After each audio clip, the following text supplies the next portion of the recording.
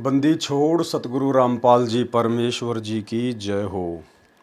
परम पिता परमात्मा सारी सृष्टि के रचनहार कुल मालिक असंख्य ब्रह्मांडों के स्वामी जगत गुरु तीनों लोकों में प्रवेश करके सबका भरण पोषण करने वाले राजाधिराज आत्माधार नाथों के नाथ देवों के देव महादेव सर्वेश्वर महेश्वर मृत्युंजय अजरो अमर आदि अनादि सनातनी प्रभु जगत पिता जगदीश्वर श्री श्री 1008 की उपाधि के वास्तविक अधिकारी अकाल मूर्त शब्द स्वरूपी राम वासुदेव सर्वगतम ब्रह्म परम पूज्य प्रथम पूज्य परम संत परम पुरुष परम धनी परम दयालु सत्य कबीर हक्का कबीर अल्लाहु अकबर बाखबर अल्लाह ताला जगत के तारणहार जगत के मुक्तिदाता जगत के जगन्नाथ हारे के सहारे हिंदुओं के राम मुसलमानों के अल्लाह सिखों के वाहिगुरु ईसाइयों के मसीह दया के सागर दया निधि करुणा के सागर करुणा निधि स्वयंभू परिभू संकट मोचन कष्ट हरण मंगल करण दुख भंजन अविगत कबीर निर्विकार निर्विषम परमात्मा अलय अलेख सतगुरु आदि अनादि सतगुरु असली मर्यादा पुरुषोत्तम असली राम असली कृष्ण असली घनश्याम असली मुरारी राजाओं के राजा महाराजाओं के महाराजा शहंशाहों के शहंशाह सम्राटों के सम्राट भगवानों के भगवान अल्लाहों के अल्लाह प्रभुओं के प्रभु मसीहों के मसीह सच्चे वाहिगुरु बाबाओं के बाबा पीरों के पीर सेठों के सेठ जगत सेठ सावड़सा सेठ सर्वगुण संपन्न अनंत कोटि कलाओं के स्वामी अनंत कोटि ब्रह्मांडों के नायक योगियों में महायोगी ध्यानियों में महाध्यानी सिद्धों में परम सिद्ध ज्ञानियों में तत्व ज्ञानी ब्रह्म ज्ञानी महाज्ञानी परम ज्ञानी सर्वश्रेष्ठ ज्ञानी विज्ञानी युवा कबीर समृद्ध कबीर असमवात अमित ओजा सच्चे रहनुमा करीम अल्लाह सुबहान अल्लाह दुनिया के अंतिम पैगंबर 8 सितंबर 1951 से गांव धनाना जिला सोनीपत हरियाणा भारतवर्ष की पावन भूमि पे प्रकट रियल कल की भगवान श्री नारायण साकार हरि श्री बाबा साहेब गरीब निवाज संत श्रोमणी सतगुरु रामपाल जी परमेश्वर जी के चरण कमल में साध संगति से जुड़े हुए देश विदेश से हम सभी सत्सेवक भाई बहनों का अनंत कोटि दंडवत प्रणाम। सत्साई भाई और बहनों, बहुत बड़ी दया बहुत बड़ी मेहर पूज्य गुरुदेव भगवान की, जिनके शुभ आशीर्वाद से आप और हम सभी सत्सेवक भाई बहन भक्ति मार्ग पर तत्व ज्ञान को आधार बनाकर सतगुरु आशीर्वाद से निरंतर आगे की ओर बढ़ रहे हैं। भाई और बहनों, कबीर सागर के सरलार्थ के ऊपर जो कि गुरुदेव भगवान के कर कमल से लिखित है, अनुवादित है, वीडियो बनाने की श्रृंखला जारी है और पिछले वीडियो में हमने काफ़ी कुछ पढ़ा समझा और गुरुदेव भगवान के आशीर्वाद से अपने जीवन में धीरे धीरे लागू भी कर रहे हैं। भाई और बहनों, ये सभी पवित्र पुस्तकें पूर्ण परमेश्वर सतगुरु रामपाल जी के कर कमल से लिखित होने के कारण हमने इनको पढ़ना बहुत आवश्यक है। यदि हम नहीं पढ़ेंगे या अनपढ़ हैं, किसी और से नहीं सुनेंगे, तो हम कहीं न कहीं परमात्मा के दोषी बनते हैं, क्योंकि परमेश्वर ने लिखी हमारे लिए है तो पढ़नी भी हमें ही पड़ेंगी। भाई और बहनों, सन 2014 बरवाला कांड से पहले जब हम सतलोक आश्रम में पूज्य गुरुदेव जी के मुख कमल से सत्संग सुनने व आशीर्वाद लेने जाया करते थे और जब गुरुदेव भगवान सुबह या रात्रि के समय सत्संग किया करते थे, उस समय पांडाल में कुछ भक्तों की सेवा लगाई जाती थी पांडाल सेवादारों के तौर पर। उनका यही काम होता था कि यदि कोई भगत सो जाए या आपस में बातचीत कर रहे हैं तो उनको सावधान किया जाए कि भाई सामने गुरुदेव भगवान सत्संग कर रहे हैं। ऐसा परमात्मा क्यों करवाया करते थे? इसलिए क्योंकि गुरुदेव भगवान को पता है अपने विधान का, अपने संविधान का और इस काल के विधान का, कि जब कल को ये प्राणी धर्मराज के दरबार में जाएगा तो धर्मराज फिर इस आत्मा को दंडित करेगा कि भाई देख, पूर्ण परमात्मा सतलोक से सशरीर प्रकट होकर तेरे लिए दिन रात सत्संग कर रहा था और उस समय तू सत्संगों को ध्यान से ना सुनकर लोट पलोट मार रहा था, नींद ले रहा था, आपस में इधर उधर की बातें कर रहा था, तो उसका दंड फिर इस जीव आत्मा को दिया जाता है, यानी परमेश्वर को हल्के में लेने की सज़ा। ठीक इसी प्रकार भाई और बहनों, वर्तमान में गुरुदेव भगवान ने उसी पूर्ण परमेश्वर कबीर जी ने 8 सितंबर 1951 को गांव धनाना जिला सोनीपत हरियाणा की पवित्र भूमि पे प्रकट होकर और वर्तमान में हमारे लिए जितनी भी पुस्तकें अपने कर कमल से लिखी हैं, इन पुस्तकों को हमने ध्यान से पढ़ना या सुनना बेहद ज़रूरी है। अन्यथा यदि किसी कारण से हम सतलोक नहीं जा पाए तो फिर ये धर्मराज हमें दंडित अवश्य करेगा। तो भाई और बहनों, अब हम आगे बढ़ते हैं। पवित्र पुस्तक कबीर सागर का सरलार्थ आज हम पेज नंबर 108 से शुरू करेंगे। ज्ञान सागर का निष्कर्ष, यानी कबीर सागर में जो ज्ञान सागर नाम का अध्याय है उसका निष्कर्ष क्या है जो वर्तमान में हमारे मतलब का है। इस अध्याय में कुल 106 प्रश्न हैं। हमने मोती निकालने हैं, सागर भरा रहेगा। हमारे लिए मोती प्राप्त करना अनिवार्य तथा पर्याप्त है। प्रथम तो यह सिद्ध करना चाहूँगा कि अथाह सागर से मोती निकालना मेरे स्तर का कार्य नहीं था। यानी अपने आप को छुपाते हुए पूज्य गुरुदेव भगवान एक भगत की भूमिका में अपने गुरुदेव को प्राथमिकता देते हुए यहाँ पर इस प्रकार से बोल रहे हैं कि इस अथाह सागर से मोती निकालना अर्थात इतने बड़े कबीर सागर का चंद दिनों में सरलार्थ करके आपके कर कमलों में पेश करना ये मेरे स्तर का कार्य नहीं था। परमेश्वर हैं, इसमें कोई संशय नहीं है, लेकिन इस काल लोक में परमेश्वर जिस प्रकार से अपने आप को छुपाते हुए अन्य युगों में भी लीला करते हुए आए हैं, उसी प्रकार से आज भी अपने आप को छुपाते हुए ये बात कह रहे हैं। मैं रामपाल दास केवल 10वीं तक पढ़ा हूँ। उसके पश्चात 3 वर्ष का सिविल इंजीनियरिंग में डिप्लोमा किया और हरियाणा सरकार के सिंचाई विभाग में 17/2/1977 को जूनियर इंजीनियर जेई के पद पर नौकरी पर लगा। भाई और बहनों, परमेश्वर विद्वानों के विद्वान है, ज्ञानियों के ज्ञानी हैं। उनको ये काल लोक की पढ़ाई पढ़ने की आवश्यकता नहीं पड़ती है। ये काल लोक की पढ़ाई तो 2 टाइम की रोजी रोटी के लिए और सामाजिक स्तर पर थोड़ा बहुत ज्ञान प्राप्त करने के लिए आप और हमारे जैसे 2 कोटि के जीवों को आवश्यकता पड़ती है। विद्वान आम भाषा में उन लोगों को कह दिया जाता है जो कोई बहुत अच्छी खासी संस्कृत बोलने लग जाता है, बहुत अच्छी खासी इंग्लिश बोलने लग जाता है। जबकि भाई और बहनों, विद्वान की परिभाषा गुरुदेव भगवान ने बताई कि जिसको अंग्रेजी आती है उसको चाइनीज़ भाषा नहीं आती, जिसको चाइनीज़ भाषा आती है उसको बंगाली नहीं आती, उसको अन्य देश की भाषा नहीं आती, तो वो व्यक्ति विद्वान नहीं कहा जा सकता। जिस व्यक्ति को 2, 5, 10, 20, 25 भाषाओं का ज्ञान है उस व्यक्ति को विद्वान नहीं कहा जा सकता। विद्वान तो केवल पूरी सृष्टि में एक ही है जिसे जगत गुरु कहते हैं, स्वयं कबीर परमात्मा, जो वर्तमान में सतगुरु रामपाल जी के रूप में धरती पे प्रकट हैं। ये विद्वानों के विद्वान हैं, ज्ञानियों के ज्ञानी हैं, तत्व ज्ञानी हैं, ये सर्वज्ञ हैं, ये इस अखिल ब्रह्मांड के कण कण की जानकारी रखते हैं। इसलिए सकल सृष्टि में परमेश्वर के अलावा यानी सतगुरु के अलावा दूसरा अन्य कोई विद्वान नहीं होता है।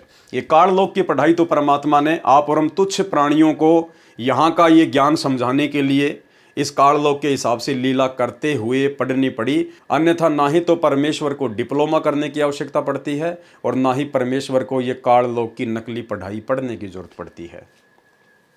मैं रामपाल दास केवल 10वीं तक पढ़ा हूँ। उसके पश्चात 3 वर्ष का सिविल इंजीनियरिंग में डिप्लोमा किया और हरियाणा सरकार के सिंचाई विभाग में 17 फरवरी 1977 को जूनियर इंजीनियर जेई के पद पर नौकरी लगा। 17 फरवरी 1988 को परम पूज्य गुरुदेव स्वामी राम देवानंद जी से दीक्षा प्राप्त हुई। फिर मार्च 1994 को गुरुदेव ने गुरुपद प्रदान किया। जबकि भाई और बहनों, आप और हमें अच्छे से पता है कि सतगुरु रामपाल जी स्वयं ही पूर्ण ब्रह्म परमात्मा है, कबीर देव हैं और कबीर परमेश्वर को या किसी से भी सत्संग करने की या नाम दीक्षा आगे देने की इजाज़त लेने की आवश्यकता नहीं पड़ती है। ये तो केवल परमात्मा सांसारिक दृष्टि में, लोक दिखावे में, अगर कल को कोई व्यक्ति इस प्रकार का सवाल उनके भक्तों से करे कि भाई आपके गुरुदेव के गुरु कौन हैं, उनको आगे सत्संग करने और नाम दीक्षा देने का अधिकार कैसे और कहाँ से प्राप्त हुआ, तो सांसारिक दृष्टि से हम उन लोगों को समझा सकें।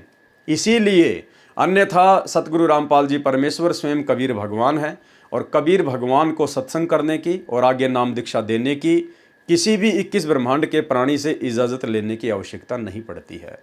और आप जियों को पिछले वीडियो में दिखाया था कि किस प्रकार से गुरुदेव के कलयुगी बेटे मनोज ने जो अपना इंटरव्यू दिया था उसमें उसने जिक्र किया कि सतगुरु रामपाल जी परमेश्वर और मैं जब दादा गुरु जी के पास में गए कुटिया में, उस समय दादा गुरु जी ने किस प्रकार से सतगुरु रामपाल जी को महत्व दिया।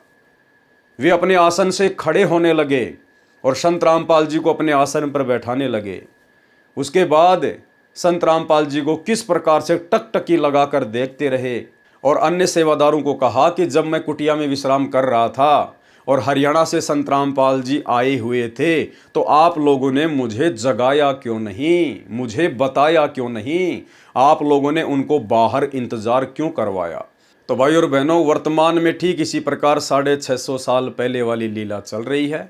संत रामपाल जी स्वयं कबीर भगवान हैं और आदरणीय राम देवानंद जी तो केवल उनके मुंह बोले गुरु बने हुए थे। अन्यथा आदरणीय राम देवानंद जी को इस बात का भली भांति पता था कि जो महान शक्ति, जो परम शक्ति मेरा शिष्य बनने की भूमिका कर रही है, ये स्वयं कबीर भगवान है। इसीलिए उन्होंने एक भगत को इस प्रकार से महत्व देना पड़ा। तो ये छोटा सा इंटरव्यू लगभग 3 से 4 मिनट का, जो आपके विश्वास को बढ़ाएगा कि वास्तव में हमारे गुरुदेव भगवान सतगुरु रामपाल जी स्वयं कबीर परमात्मा हैं, ये जगत गुरु हैं और जगत गुरु का कोई भी गुरु नहीं होता है। आदरणीय राम देवानंद जी केवल सांसारिक दृष्टि में, लोक दिखावे में उनके मुंह बोले गुरु बने हुए थे। देखिए सर, वो दौर चल ही रहा था, आपने इतनी सारी बातें बताई तो बहुत ही अनसुनी बातें हैं और बहुत ही रोचक बातें हैं। ऐसा कोई पल हो जब आपका स्कूल के समय का कोई ऐसी यादगार हो, संत रामपाल जी से जुड़ी हो, आपको याद हो, वो हमारे दर्शकों को बताना चाहेंगे। जब मैं छोटा था तो एक बार मैं स्कूल के लिए तैयार हो रहा था, स्कूल जाने के लिए तैयारी कर ली, ड्रेस वैस पहन ली। तो पिताजी, ऊपर एक रूम है, हमारा मकान है, उसके ऊपर रूम है, उस रूम से नीचे आए। मैं बोले कहाँ की तैयारी है? मैं बोला पापा जी स्कूल जा रहा हूँ मैं। तो पिताजी बोले अच्छा स्कूल की तैयारी है? माँ जी। मैं बोला चलो दादा गुरुजी के पास चलोगे? मैं बड़ा खुश हुआ, माँ स्कूल से छुट्टी लगेंगे और दादा गुरुजी के पास जाएंगे। तो बड़ी खुशी हुई, माँ हाँ जी चलूंगा चलूंगा। उसके बाद पिताजी ने मम्मी जी को बोला कि इसको तैयार कर दो और 2 जोड़ी कपड़े डाल दो, हम स्वामी रामदेव महाराज जी के पास पंजाब में तलवंडी बाई जा रहे हैं। तो मम्मी जी ने तैयार कर दिया, मैं चल पड़ा पिताजी के साथ। तो हम तलवंडी बाई पहुंचे। उस समय आना जाना क्या साधन से करते थे? उस समय बस से गए थे, उस समय संत रामपाल जी और बस से आना जाना करते थे। अच्छा, संत रामपाल जी बस से गए थे? हाँ, मैं और पिताजी संत रामपाल जी महाराज बस से तलवंडी बाई पहुंचे। तो वो टाइम था लगभग 12-1 बजे का था। 12-1 बजे हुए थे। तो हम तलवंडी बाई, जो स्वामी रामदेव जी महाराज के कई आश्रम है, तो वो तलवंडी बाई, मोगा, चुडानी, नजफगढ़, बहुत जगह आश्रम थे स्वामी रामदेव जी महाराज के। तो और लाखों की संख्या में स्वामी रामदेव महाराज के शिष्य भी थे। तो हम तलवंडी बाई पहुंचे आश्रम में। पहुंचने के बाद श्रद्धालु जो वहाँ सेवा कर रहे थे सबसे सच्चाई हुई, तो वहाँ बैठे। तो दादा गुरुदेव जी के बारे में पूछी, गुरुदेव जी कहाँ है? तो बताए जी वो विश्राम कर रहे हैं कमरे में अंदर। तो जब विश्राम कर रहे थे तो एक श्रद्धालु बोला जी दादा गुरुदेव जी को उठा देते हैं। तो गुरुजी ने मना कर दिया, नहीं, गुरुदेव जी को सोने दो, जब उठेंगे ना तब मिल लेंगे। ठीक है। तो हम गुरुदेव जी और दादा गुरुदेव जी का कमरा था, उससे बाहर बैठ गए।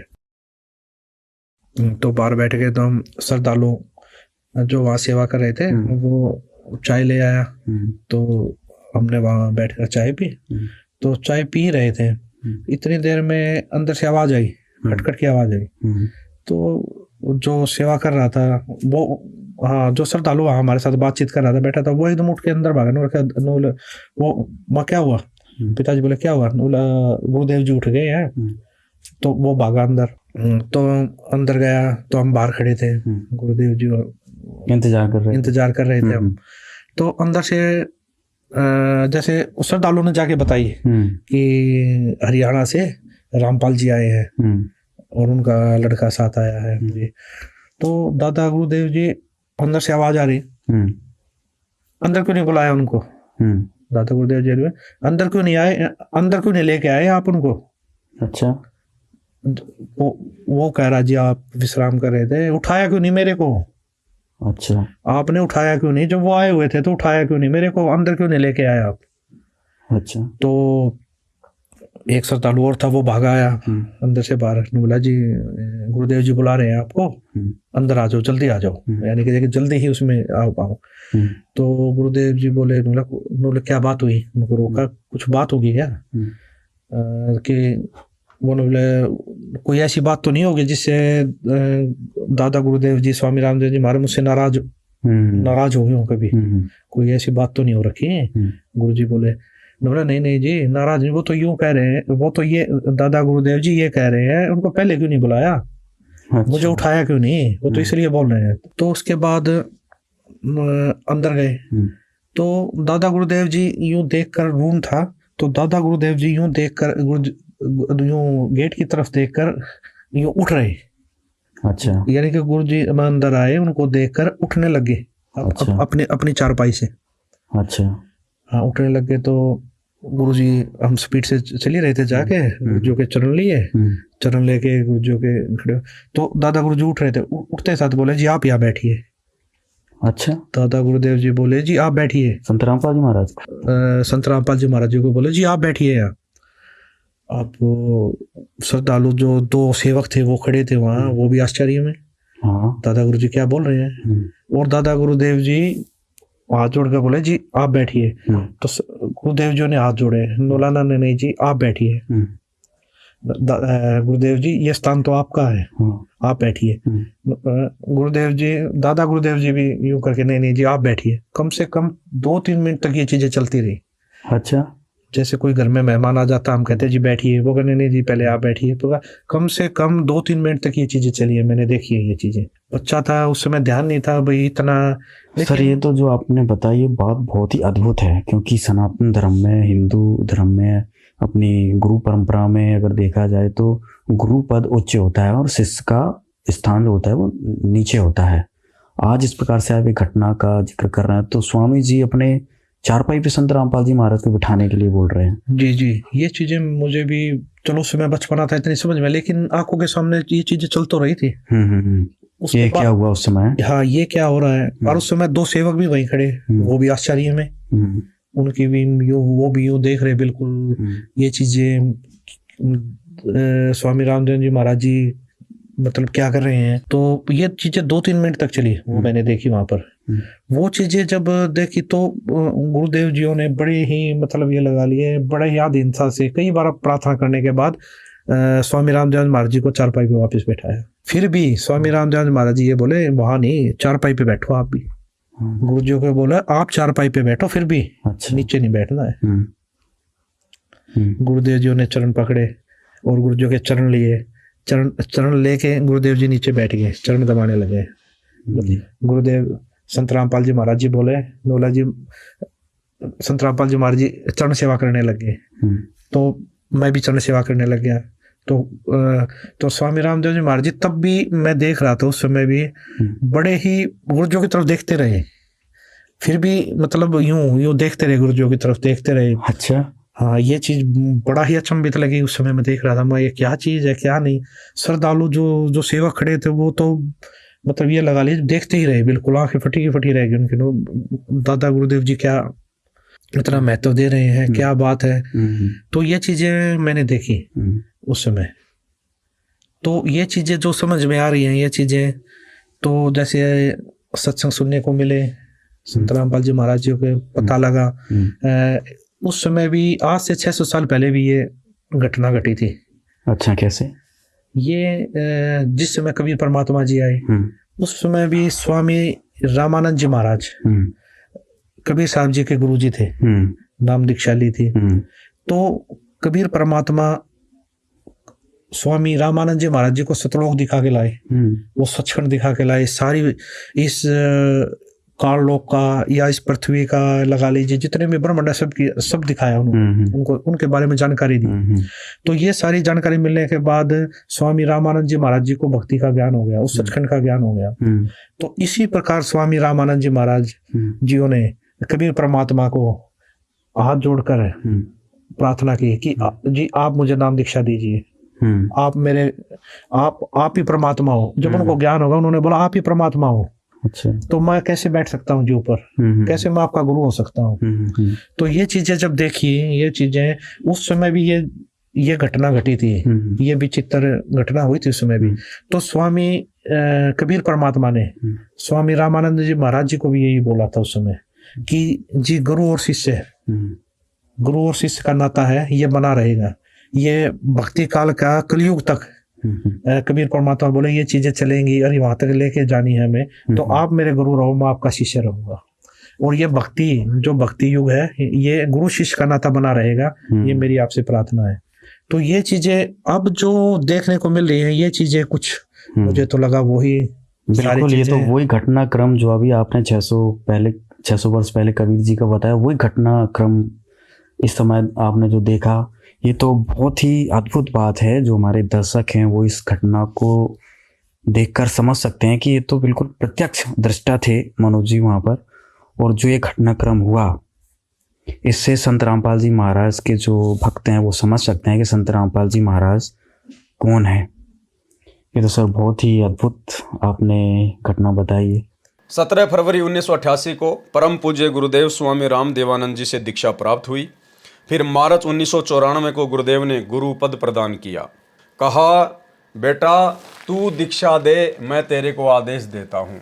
जबकि भाइयों और बहनों, आदरणीय राम देवानंद जी ने कभी भी परम पूज्य सतगुरु रामपाल जी को बेटा कहकर संबोधित नहीं किया। ये आपस में उनकी गुप्त बातें थी। और सतगुरु रामपाल जी गुरु को महत्व देते हुए और अपने आप को गुरु से छोटा दर्शाते हुए, यदि वे इस प्रकार से भूमिका ना करें, इस प्रकार के शब्द अपने गुरु को परमात्मा संबोधित करते हुए या उनको विशेष महत्व देते हुए ना लिखें, तो भाई और बहनों फिर आने वाले समय में उनके जो फॉलोवर होंगे वो फिर किस प्रकार से एक शिष्य में कितनी अधीनता होनी चाहिए, कितना शिष्टाचार होना चाहिए, ये पाठ भला कैसे सीखेंगे। इसलिए सतगुरु रामपाल जी यहाँ पर अपने आप को छुपाते हुए और अपने मुंह बोले गुरु को, एक आत्मा को महत्व देते हुए इस प्रकार की बातें लिख रहे हैं। अन्यथा आदरणीय राम देवानंद जी ने कभी भी उनको बेटा कहकर संबोधित नहीं किया। उस दिन वही दिन था जिस दिन परमेश्वर कबीर जी अपनी प्यारी आत्मा संत गरीबदास जी को छुड़ाने के खेतों में मिले थे और दीक्षा दी थी। सत्य लोक ले गए थे, शाम को वापस छोड़ा था। उस उपलक्ष्य में 3 दिन का पाठ चल रहा था। मध्य के दिन मेरे को छुड़ानी धाम में दीक्षा देने का आदेश पूज्य गुरुदेव स्वामी राम देवानंद जी ने दिया था। कहा था कि संसार में तेरे बराबर कोई संत नहीं होगा, मैं तेरे साथ रहूँगा, अपने को अकेला मत समझना। उपस्थित सर्व संगत को कह दिया था कि आज से ये तुम्हारा गुरु है, मैं नहीं। जो वस्तु इसके पास है वह विश्व में किसी के पास नहीं है। जो वस्तु इनके पास है वो विश्व में किसी के पास नहीं है। कौन सी वस्तु? मोक्ष, परम पद की प्राप्ति करवाना, सार शब्द जो इनके पास है वो विश्व में किसी के पास नहीं, अखिल सृष्टि में किसी के पास में नहीं है, क्योंकि ये पूर्ण परमात्मा है। जो वस्तु इनके पास है वह विश्व में नहीं है। उस दिन के बाद से ये दास दीक्षा देने लगा। नौकरी करते करते छुट्टी लेकर तथा शनिवार रविवार की छुट्टियों में पाठ भी करता, सत्संग भी करता था। मई 1995 में पाठों की संख्या अधिक होने के कारण नौकरी पर नहीं जा पाया। नौकरी से त्यागपत्र दे दिया जो हरियाणा सरकार से स्वीकृत है। मैं ये बताना चाहता हूँ कि जो ज्ञान मुझे प्राप्त हुआ है वह सामान्य व्यक्ति को प्राप्त नहीं हो सकता। अब भाई और बहनों, इस परमेश्वर कबीर देव के अलावा इस पूरी सृष्टि में बाकी सभी सामान्य व्यक्ति ही हैं। यदि कोई असामान्य व्यक्तित्व का धनी है तो स्वयं कबीर परमात्मा है, सतगुरु रामपाल जी भगवान है। इसलिए परमात्मा ने यहाँ पर अपने आप को दर्शा दिया है। क्या कह रहे हैं? मैं ये बताना चाहूँगा कि जो ज्ञान मुझे प्राप्त है वह सामान्य व्यक्ति को प्राप्त नहीं हो सकता, क्योंकि वह ज्ञान उन महापुरुषों को छोड़कर जिनको परमेश्वर मिले थे और ऊपर लेकर गए फिर वापस छोड़ा था, जिसके शुभ नाम ऊपर बताए हैं, आज तक अन्य किसी को प्राप्त नहीं हुआ। कबीर जी ने कहा है, कबीर 9 मन सूत उलझिया, ऋषि रहे झकमार, सतगुरु ऐसा सुलझा दे, उलझे न दूजी बार। मेरे कहने का तात्पर्य यह है कि जो ज्ञान विश्व में वर्तमान में किसी के पास नहीं है, पहले भी नहीं था, यह सामान्य बात नहीं है। परमात्मा संकेत कर रहे हैं, एक लाइन ऊपर लिखकर फिर नीचे परमात्मा ने संकेत कर दिया कि यह सामान्य बात नहीं है। यानी मैंने इस लाइन में जो कुछ बोला है वो सामान्य बात नहीं है। क्या मेरे कहने का तात्पर्य यह है कि जो ज्ञान विश्व में वर्तमान में किसी के पास नहीं, यानी वर्तमान समय में पूरे विश्व में किसी के पास भी वो ज्ञान, वो समाधान, वो सार शब्द नहीं है जो सतगुरु रामपाल जी के पास है। पहले भी नहीं था, पहले भी नहीं था। यानी संत रामपाल जी से पहले उनके मुंह बोले गुरुदेव थे आदरणीय रामदेवानंद जी, उनके पास भी नहीं था। पंडित चिदानंद जी के पास भी नहीं था। आदरणीय गरीबदास जी के पास भी नहीं था। तो भाइयों और बहनों, फिर था किसके पास में? 650 साल पहले तो खुद ही परमात्मा आए थे कबीर नाम से। उस समय ये पूरा ज्ञान देना नहीं था। और कह रहे हैं कि वर्तमान में ये ज्ञान किसी के पास नहीं है और ना पहले था। इसका मतलब भाई और बहनों, सतगुरु रामपाल जी खुद ही कबीर भगवान है। और कबीर भगवान के अलावा ये ज्ञान ना तो वर्तमान में किसी के पास हो सकता, ना आगे किसी के पास होगा, और ना पहले किसी के पास में हुआ था। इस लाइन का मतलब ये है सांकेतिक रूप में कि सतगुरु रामपाल जी वर्तमान में खुद ही कबीर भगवान है और इनके अलावा इस सृष्टि की रचना को अन्य कोई ना जान सकता, ना पहचान सकता, ना कोई किसी को बता सकता। और इस काल के 21 ब्रह्मांड से कोई भी जीव किसी जीव को मुक्त नहीं करवा सकता परमेश्वर के अलावा। तो यहाँ पे गुरुदेव ने ये बातें कहकर अपने आप को कबीर परमात्मा साबित कर दिया है। मेरे कहने का तात्पर्य यह है कि जो ज्ञान विश्व में वर्तमान में किसी के पास नहीं है, पहले भी नहीं था, ये सामान्य बात नहीं है। पहले जिन महापुरुषों को परमेश्वर मिले उनको संपूर्ण ज्ञान था। अब यहां पर परमात्मा ने फिर अपने आप को छोटा साबित कर दिया कि उनको संपूर्ण ज्ञान था। अगर उन्हीं को संपूर्ण ज्ञान था तो यहां पर संत रामपाल जी ये बात क्यों लिखेंगे कि जो ज्ञान विश्व में वर्तमान में किसी के पास नहीं, पहले भी नहीं था, तो फिर उन महापुरुषों के पास में संपूर्ण ज्ञान कहां से आ जाएगा?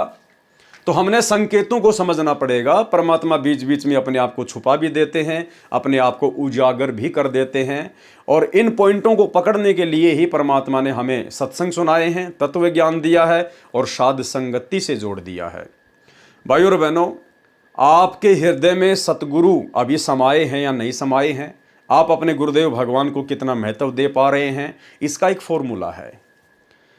जब भी हम कोई लेख अपने पूज्य गुरुदेव के कर कमल से लिखित पढ़ेंगे, जैसे उनके द्वारा लिखी गई कोई पुस्तक, और यदि हमें उनके कर कमल से लिखी गई पुस्तक में ऐसी ऐसी गूढ़ बातें, रहस्यमयी बातें सुनकर यदि दृढ़ विश्वास हो जाता है कि इसमें कोई मीन मेख नहीं है, गुरुदेव ने जो कह दिया फाइनल, यानी हमें वेद, गीता, कुरान, पुराण, बाइबल पर भी इतना विश्वास नहीं होगा जो हमें अपने गुरुदेव भगवान के कर कमल से लिखित लेख पर होगा, तो समझिए आपके हृदय में आपके गुरुदेव भगवान समाये हुए हैं। यानी आपके लिए आपके गुरुदेव भगवान के अलावा अन्य कोई भी देवी देवता या महापुरुष वो महत्व नहीं रखता जो महत्व आपके लिए आपके गुरुदेव भगवान रखते हैं। ये पहचान है भाइयों और बहनों। यानी हम गीता में कोई बात पढ़ें, वेदों में कोई बात पढ़ें, कोई गूढ़ रहस्य निकल के आए, तो हमें इतनी खुशी और इतनी प्रसन्नता नहीं होगी जितनी खुशी और प्रसन्नता हमें अपने गुरुदेव के कर कमल से लिखित उन पवित्र पुस्तकों में जब मिलेगी, हम पढ़ेंगे और उस समय हमें जो अपार खुशी होगी, हमारे अंदर जो विश्वास पैदा होगा, तो ये पहचान होती है अपने गुरुदेव को ही परमात्मा मानने की।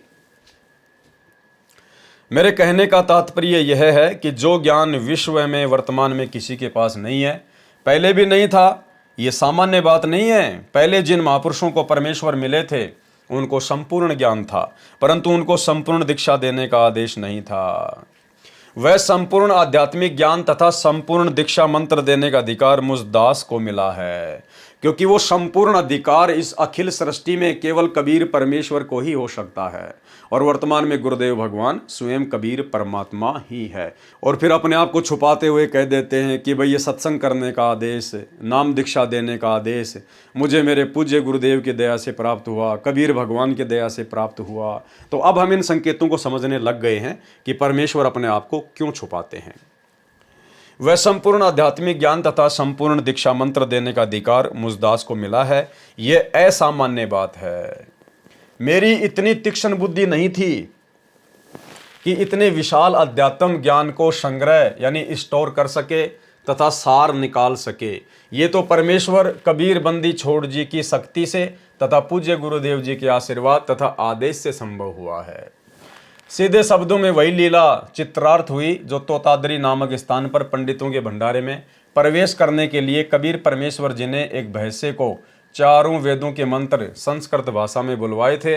मुजदास से भी ये आध्यात्मिक संपूर्ण सत्य ज्ञान बुलवाया जा रहा है। नहीं, अब आप और हमारी ये परीक्षा होगी भाई और बहनों, जब हम इस प्रकार के लेख गुरुदेव के कर कमल से लिखित पढ़ेंगे जिनमें गुरुदेव अपने आप को छुपाते हैं, तो वो हमारी परीक्षा होगी कि हम इन बातों को सीधे सीधे स्वीकार कर लेते हैं या फिर अब हमें हर शब्द में हर बात में अपने पूज्य गुरुदेव परमात्मा नजर आएंगे और हमें पता चल जाएगा, बिल्कुल नीर खीर का निबेरा सा हो जाएगा कि गुरुदेव यहाँ पर अपने आप को छुपा रहे हैं और यहाँ पर गुरुदेव अपने आप को उजागर कर रहे हैं। भाई और बहनों, ये दया वर्तमान में सतगुरु रामपाल जी परमेश्वर जी ने आप और हम सत्सेवकों के ऊपर बख्शी है। जिस प्रकार बनारस के तोतादरी शहर में कबीर परमात्मा ने एक जोटे को आशीर्वाद देकर वेद मंत्र बुलवाए थे, इस प्रकार की दया तो गुरुदेव ने वर्तमान में आप और हम जानवरों के ऊपर बख्श रखी है। आप और हमारी बुद्धि परमात्मा के मिलने से पहले जानवरों से ज़्यादा नहीं थी। हम भी सारा दिन वही कर्म करते थे जो जानवर किया करते थे। फिर परमेश्वर ने हमें अपनी शरण में लिया, ज्ञान को समझने की बुद्धि प्रदान की, धीरे धीरे हमें आगे बढ़ाया अध्यात्म में, फिर अपनी पहचान करवाई। तो ये दया तो गुरुदेव ने उस वैसे राम की तरह आप और हमारे ऊपर कर रखी है। अपने आप को तो गुरुदेव भगवान छुपाते हुए कह रहे हैं कि मेरी इतनी तीक्ष्ण बुद्धि नहीं थी। अरे परमेश्वर से अधिक किसी की तीक्ष्ण बुद्धि हो सकती है क्या? तो ये सारी की सारी लीला परमात्मा की अब धीरे धीरे हमें समझ में आने लगेंगी। परमेश्वर कबीर जी की दया शक्ति से, गुरुदेव जी के आशीर्वाद से अब रामपाल दास सामान्य व्यक्ति नहीं रहा। सामान्य तो पहले भी नहीं थे और सामान्य वर्तमान में भी नहीं है, और ना परमात्मा कभी सामान्य होते हैं। ये तो आप और हमको परमात्मा ने असामान्य बना दिया, अपने भक्तों को आम जगत के लोगों से असामान्य बना दिया परमात्मा ने। परमेश्वर तो असामान्य ही होते हैं। परमेश्वर कबीर जी की दया शक्ति से, गुरुदेव जी के आशीर्वाद से अब रामपाल दास सामान्य व्यक्ति नहीं रहा, संत विशेष की श्रेणी में हो गया है। संत बोले सहज सुभाए, संत का बोला निष्फल ना जाए।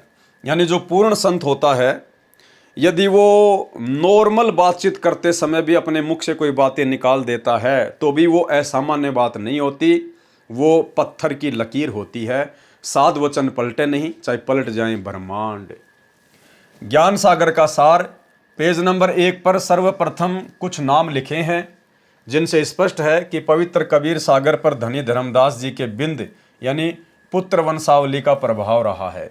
यदि कुछ कांट छांट मिलावट या बनावटी वाणी काटी या लिखी है तो ये श्रेय धर्मदास जी के गद्दी वाले महंत साहिबानों को ही जाता है। यानी कबीर सागर का जितना भी बेड़ा गर्क किया है, जितनी भी वाणियाँ अपने मन मुखी मते से उसमें जोड़ी है या निकाली है, ये सारा का सारा कार्य काल प्रेरणा से धर्मदास जी की गद्दी वालों ने किया है। सौरठा बूझो संत विवेक करी सत्य नाम सार, सतगुरु का आदेश ये है उतरो भवजल पार। सुमरो मनचित एक करी सतगुरु दीन दयाल। यथार्थवाणी क्या है जो गुरुदेव भगवान बता रहे हैं? सुमरो मनचित एक करी सतगुरु करे निहाल, अगम शब्द परमाण इमी छेड़ सके नहीं काल। बंदी छोड़ दयाल प्रभु बंदो गुरु पद पंकज, देत दान जो मुक्ति फल तुम चरणन मम रंज। मुक्ति भेद में कहूँ विचारी ताको नहीं जानत संसारी। बहु आनंद होत तेहि ठाहूँ शोक रहित अमरपुर जाऊं। तय वहाँ रोग शोग नहीं कोई क्रीड़ा विनोद करे सब कोई। चंद न सूर दिवस न राति वर्ण भेद नहीं जाति अजाति। तहाँ वहाँ जरा मरण नहीं होई बहु आनंद करे सब कोई। पुष्पक विमान सदा उजियारा अमृत भोजन करत आहारा। काया सुंदरता ही प्रमाना उदित हुए जनु सोडस भाना। इतनो एक हंस उजियारा शोभित ऐसे जानू गगन में तारा। विमल बांस तहाँ बिगलाई योजन चार लग सुबांस उड़ाई। सदा मनोहर छत्र सिर छाजा बूझ न परे रंक और राजा। नहीं तहाँ काल वचन की खानी अमृत वचन बोले भलवानी। आलस निंद्रा नहीं प्रकाशा बहुत प्रेम सुख करे विलसा। साखी अस सुख है हमरे घरे, कहे कबीर समुझाए, सत शब्द को जान के अस्थिर बैठे जाए। अब परमेश्वर ने सतलोक के आनंद के विषय में, सतलोक के सुख के विषय में जो इन वाणियों में वर्णन किया है, अब इसका खुलासा करेंगे। भावार्थ, परमेश्वर कबीर जी ने अपने प्रिय भगत धर्मदास जी को बताया कि जिस तरह मुक्ति हो सकती है वह भेद बताता हूँ, और उस मुक्ति को प्राप्त हंस वहाँ चले जाते हैं जहाँ कोई रोग नहीं, कोई शोक नहीं, वहाँ पर सब आत्माएं आनंद से खेलती हैं, अर्थात सुख में जीवन जीते हैं। वहाँ पर कोई चांद सूर्य नहीं है, वहाँ पर वह सतलोक स्वयं प्रकाशित है। सत्य पुरुष के एक रोम का प्रकाश करोड़ों सूर्यों तथा चंद्रमाओं से अधिक है। वहाँ एक हंस यानी मानव के शरीर का प्रकाश 16 सूर्यों जितना है। वहाँ जाति भेद भी नहीं है। वहाँ हमारे सतलोक में जरा मरण नहीं है, सदा युवा रहते हैं, मृत्यु नहीं है। सर्व भक्तों, स्त्री तथा पुरुष का शरीर सुंदर है, और 16 सूर्यों जितना प्रकाश एक भगत के शरीर का है, तथा भगतमती के शरीर का प्रकाश भी 16 सूर्यों के प्रकाश के समान है। सतलोक में सितारों की तरह चमक रहे हैं। सतलोक में सुगंध उठ रही है जो 4 योजन यानी 48 किलोमीटर तक जाती है। एक योजन में 4 कोस, एक कोस में 3 किलोमीटर, इस प्रकार एक योजन में 12 किलोमीटर, 4 योजन में 48 किलोमीटर हुए। सतलोक में प्रत्येक भगत के पास पुष्पक विमान है। श्री रामचंद्र जी सीता को लेकर लंका से आए थे, वे पुष्पक विमान में आए थे। वैसा विमान सत्यलोक में प्रत्येक हंस आत्मा के पास है। प्रत्येक भगत तथा भगतमती के सिर पर छत्र शोभा करता है। वहाँ कोई निर्धन और कोई रंक का भेद नहीं है। वहाँ सतलोक में काललोक के प्राणियों के तरह कराल वचन कोई नहीं बोलता। सदा अमृत जैसी मीठी बोली भली भाषा में बोलते हैं। उस लोक में आलस से निंद्रा नहीं है, बहुत सुखी हैं, बहुत प्रेम से रहते हैं। परमेश्वर कबीर जी ने कहा है कि हमारे घर सतलोक में ऊपर वर्णित सुख हैं। जिनके पास सत्य शब्द यानी सतनाम है, वह उस लोक में स्थायी निवास प्राप्त करता है। पेज नंबर 3 से 27 तक सृष्टि की उत्पत्ति का ज्ञान है, परंतु काट छांट कर लिखा है। वास्तविक ज्ञान पूर्व में लिख दिया है, वहां से ग्रहण करें।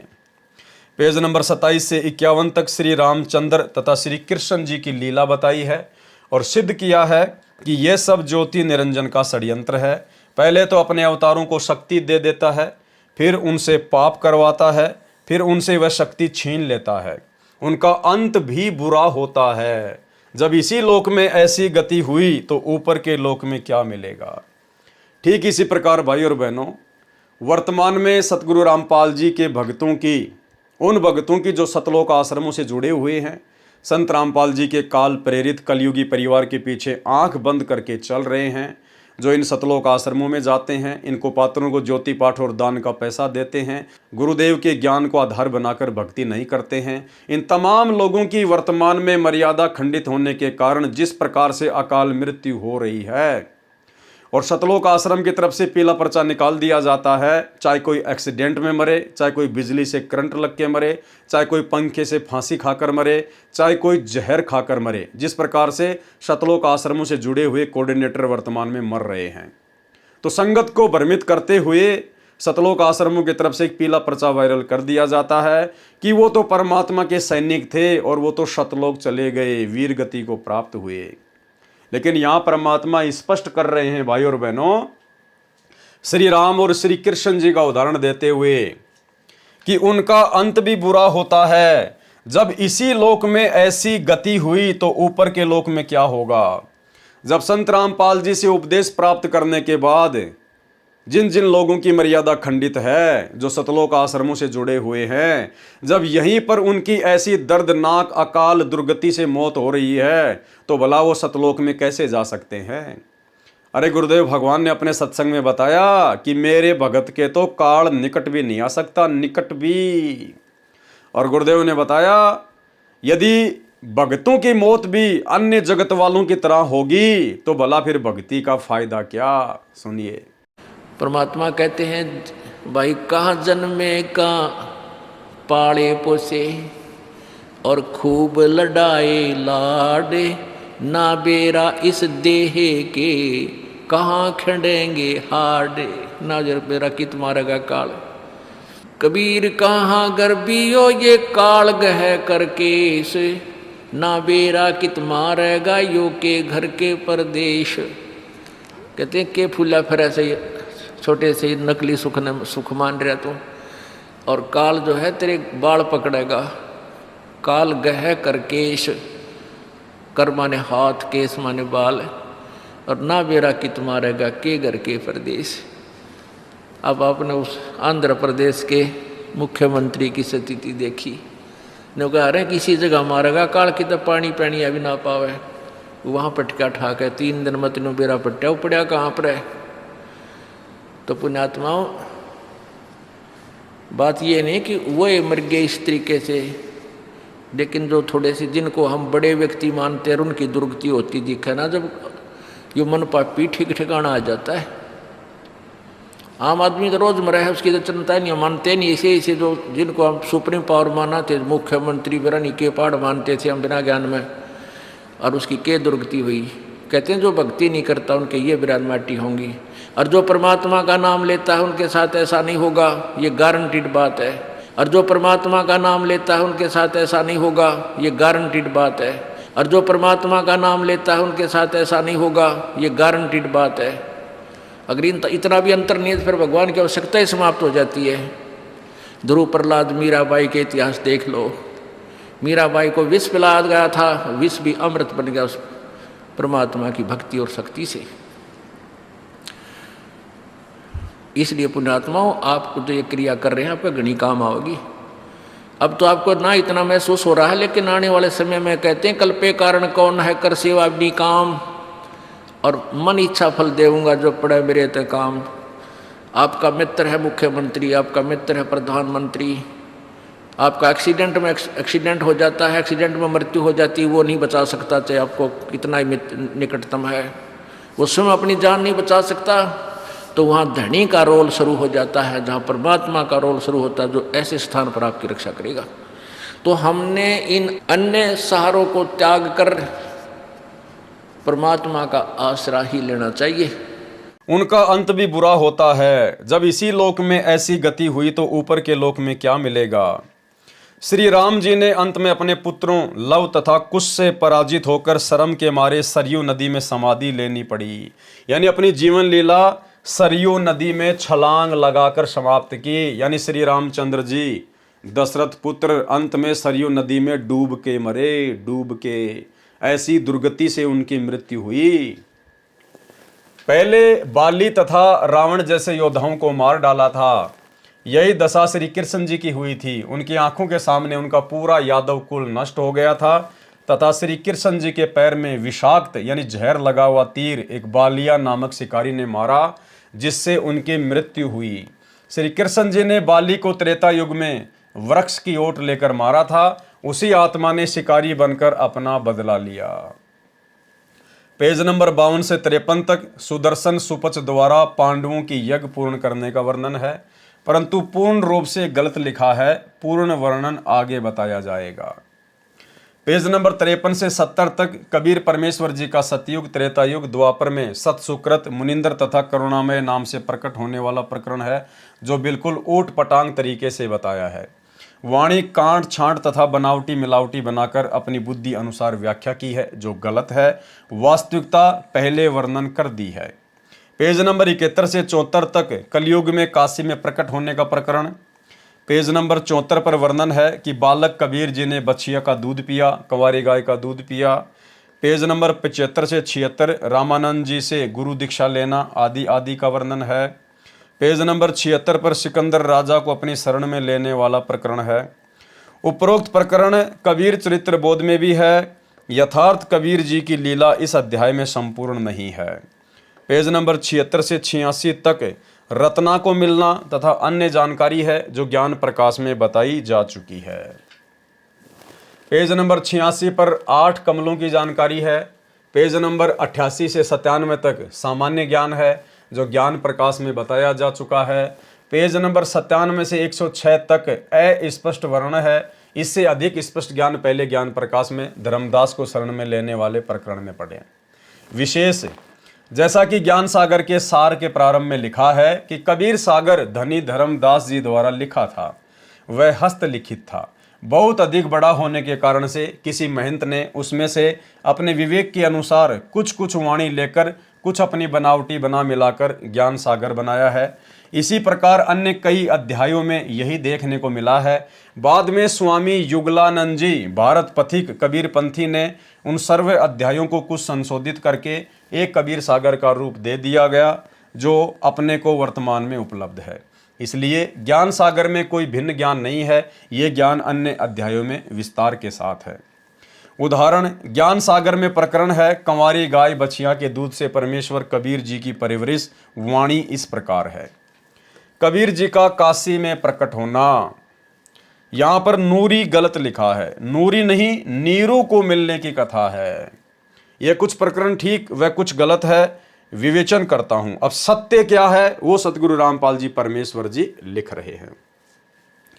पेज नंबर 73-74 से, वास्तव में नीरू तथा उसकी पत्नी नीमा द्वापर युग में सुदर्शन सुपच के माता पिता वाली आत्माएं थी। नीरू और नीमा, जिनको कलयुग के प्रथम चरण में परमेश्वर कबीर जी के शिशु रूप में पालन पोषण का सौभाग्य मिला। ये दोनों आत्माएं द्वापर युग में सुदर्शन सुपच, जब करुणा में रूप में कबीर परमात्मा आए थे और उस समय उनका जो परम भगत था सुदर्शन सुपच, ये उसके माता पिता थे। उस समय परमेश्वर कबीर जी करुणामय नाम से प्रकट थे। सुदर्शन जी का जन्म वाल्मीकि जाति में हुआ था। सुदर्शन जी को पूर्ण विश्वास हो गया था कि करुणामय स्वयं पूर्ण परमेश्वर हैं। उस युग में कबीर परमेश्वर जी भी करुणामय की लीला करने के लिए एक कमल के फूल पर शिशु रूप में प्रकट हुए थे। उनको एक वाल्मीकि दंपत्ति अपने घर ले गए थे। वे निसंतान थे। कालू नाम से वाल्मीकि के घर परवरिश होने के कारण परमेश्वर करुणामय वाल्मीकि कहलाए। कालू की पत्नी का नाम गोदावरी था। सुदर्शन जी ने परमेश्वर करुणामय कबीर जी से विनय की थी कि हे परमात्मा, मेरे माता पिता को अपनी शरण में लेकर कल्याण करें।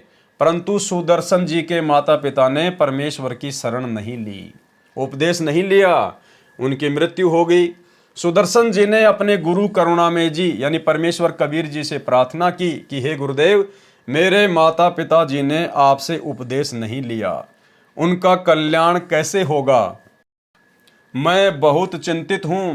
तब परमेश्वर कबीर जी ने विचार किया कि माता पिता के मोह में भगत भी मोक्ष प्राप्त नहीं कर पाएगा। जहां आशा तहां बासा होई, मन कर्म वचन सुमरियो सोई। भाई और बहनों, ये इस प्रकार के उदाहरण आप और हमारे लिए बहुत ही काम के हैं। इन कथाओं के माध्यम से परमात्मा अपने बहुत सारे प्रयोजन पूरे करते हैं, लोगों को सामान्य ज्ञान भी समझाते हैं, और जिन भक्तों को परमात्मा ने सतलोक में बैठाना होगा उन आत्माओं को परमात्मा दृढ़ भी करना चाहते हैं। भाई और बहनों, गुरुदेव ने कहा कि द्वापर युग में जब परमात्मा करुणामय नाम से आए थे तो सुदर्शन सुपच उनको पहचान चुका था कि ये पूर्ण परमात्मा है। देखो, पहचान होने के बाद भी ज्ञान की कमी के चलते, विश्वास की कमी के चलते और सुदर्शन सुपच के मन में कमजोरी आ गई और अंत में उनको अपने माता पिता के आत्म कल्याण की चिंता सताने लगी और उन्होंने कहा कि हे गुरुदेव, मेरे माता पिता ने आपसे उपदेश नहीं लिया, उनका कल्याण कैसे होगा। तो परमेश्वर ने सोचा कि ये अपना काम खराब करेगा, माता पिता के चक्कर में अपना बेड़ा गर्क करेगा। तो भाई और बहनों, वर्तमान में ये गलती आप और हम भगत भाई बहनों ने बिल्कुल भी नहीं करनी है, क्योंकि ये कलयुग की बिचली पीढ़ी का समय है। उस सुदर्शन सुपच को तो परमात्मा फिर से संभाल लेंगे, क्योंकि वो द्वापर की बातें थी। आगे फिर परमात्मा ने कलयुग की बिचली पीढ़ी में भी आके अपना खेल खेलना था और वर्तमान में इस दूसरे चरण में भी अपना खेल खेलना है। तो हो सकता है सुदर्शन सुपच को तो परमात्मा ने संभाल लिया, लेकिन भाई और बहनों, अब आगे 13वें पंथ के बाद में कोई 14वां पंथ चलने वाला नहीं है।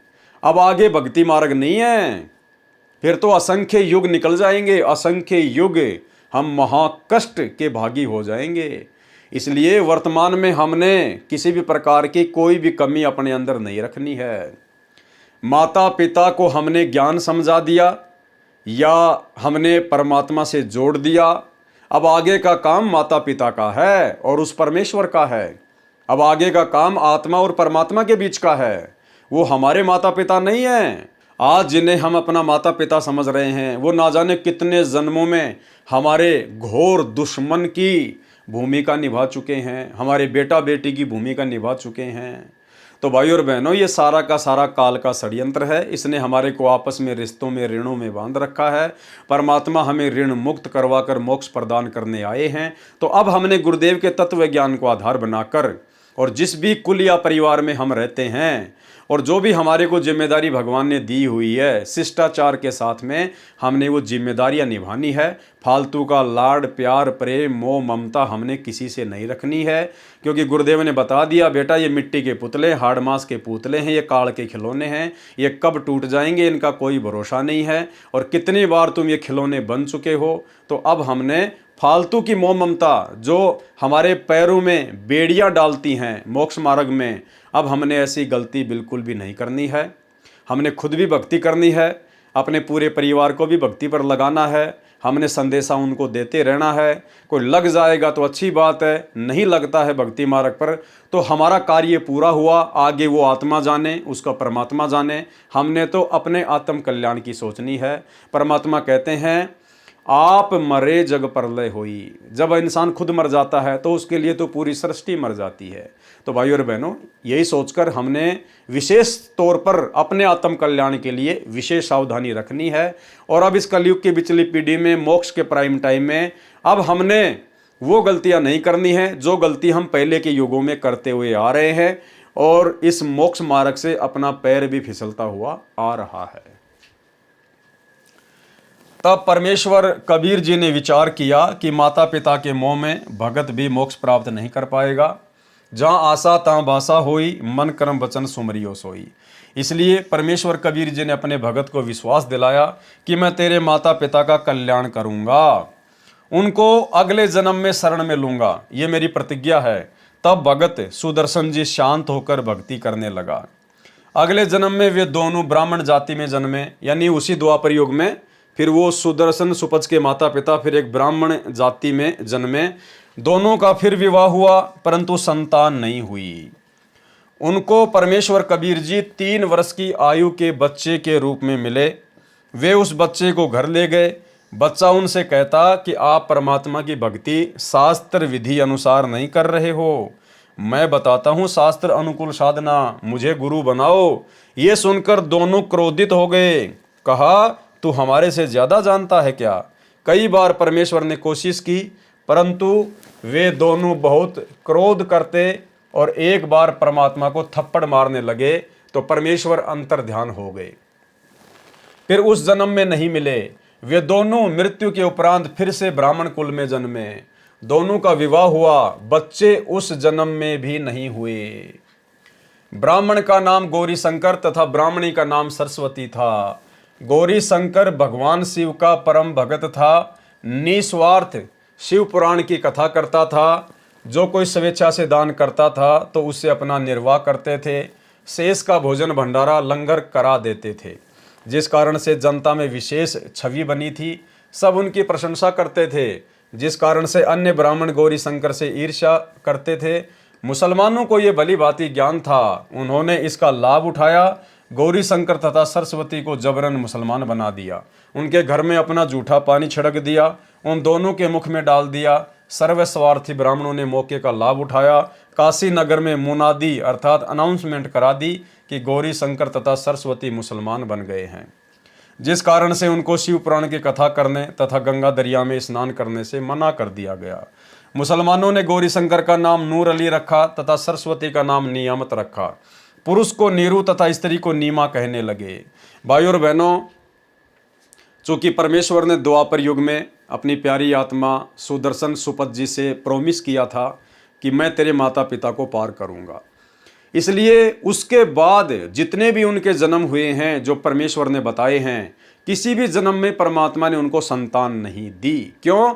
क्योंकि परमात्मा नहीं चाहते थे कि इनके ऋण संबंध बढ़े और ये यहीं पर बेटा बेटी के चक्कर में मोह ममता में उलझ कर रह जाएं।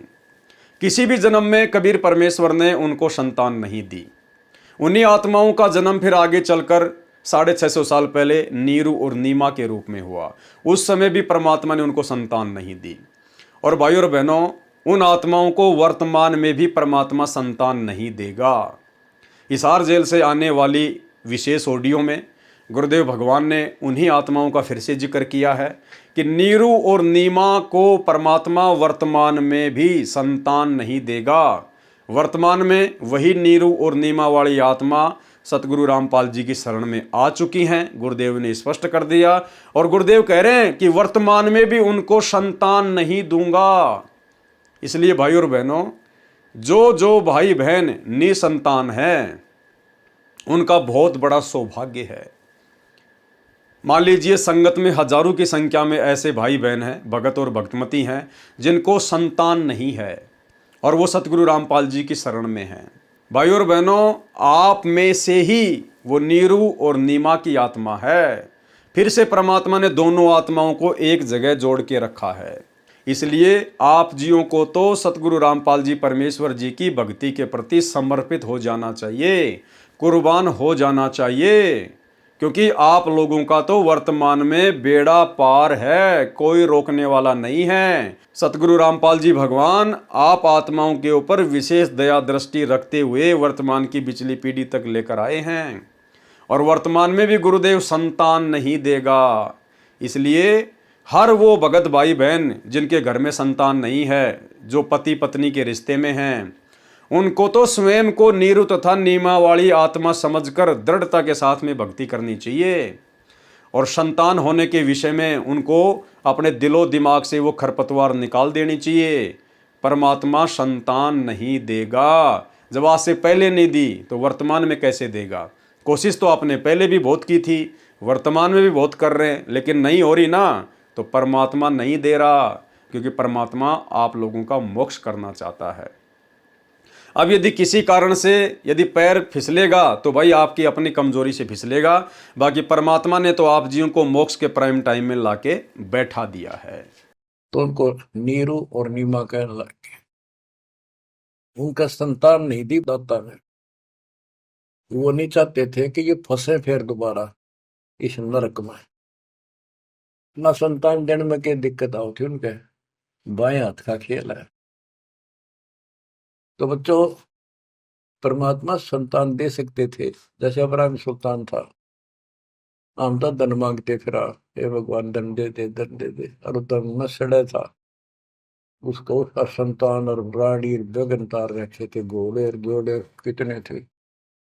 उस नरक से निकाला, अपनी उस आत्मा को गड़ने नहीं दिया, उसमें सड़ने नहीं दिया उसने। बच्चों, ये ऑपरेशन है। एक्स्ट्रा आइटम रहने को नहीं दिया आपके पास। जिनकी जरूरत है उसमें कसर नहीं छोड़ेगा। आप नोट कर लो। साईं इतना दीजिए, जा में कुटुंब समावे, हम भी भूखे ना रहे, अतिथि ना भूखा जा।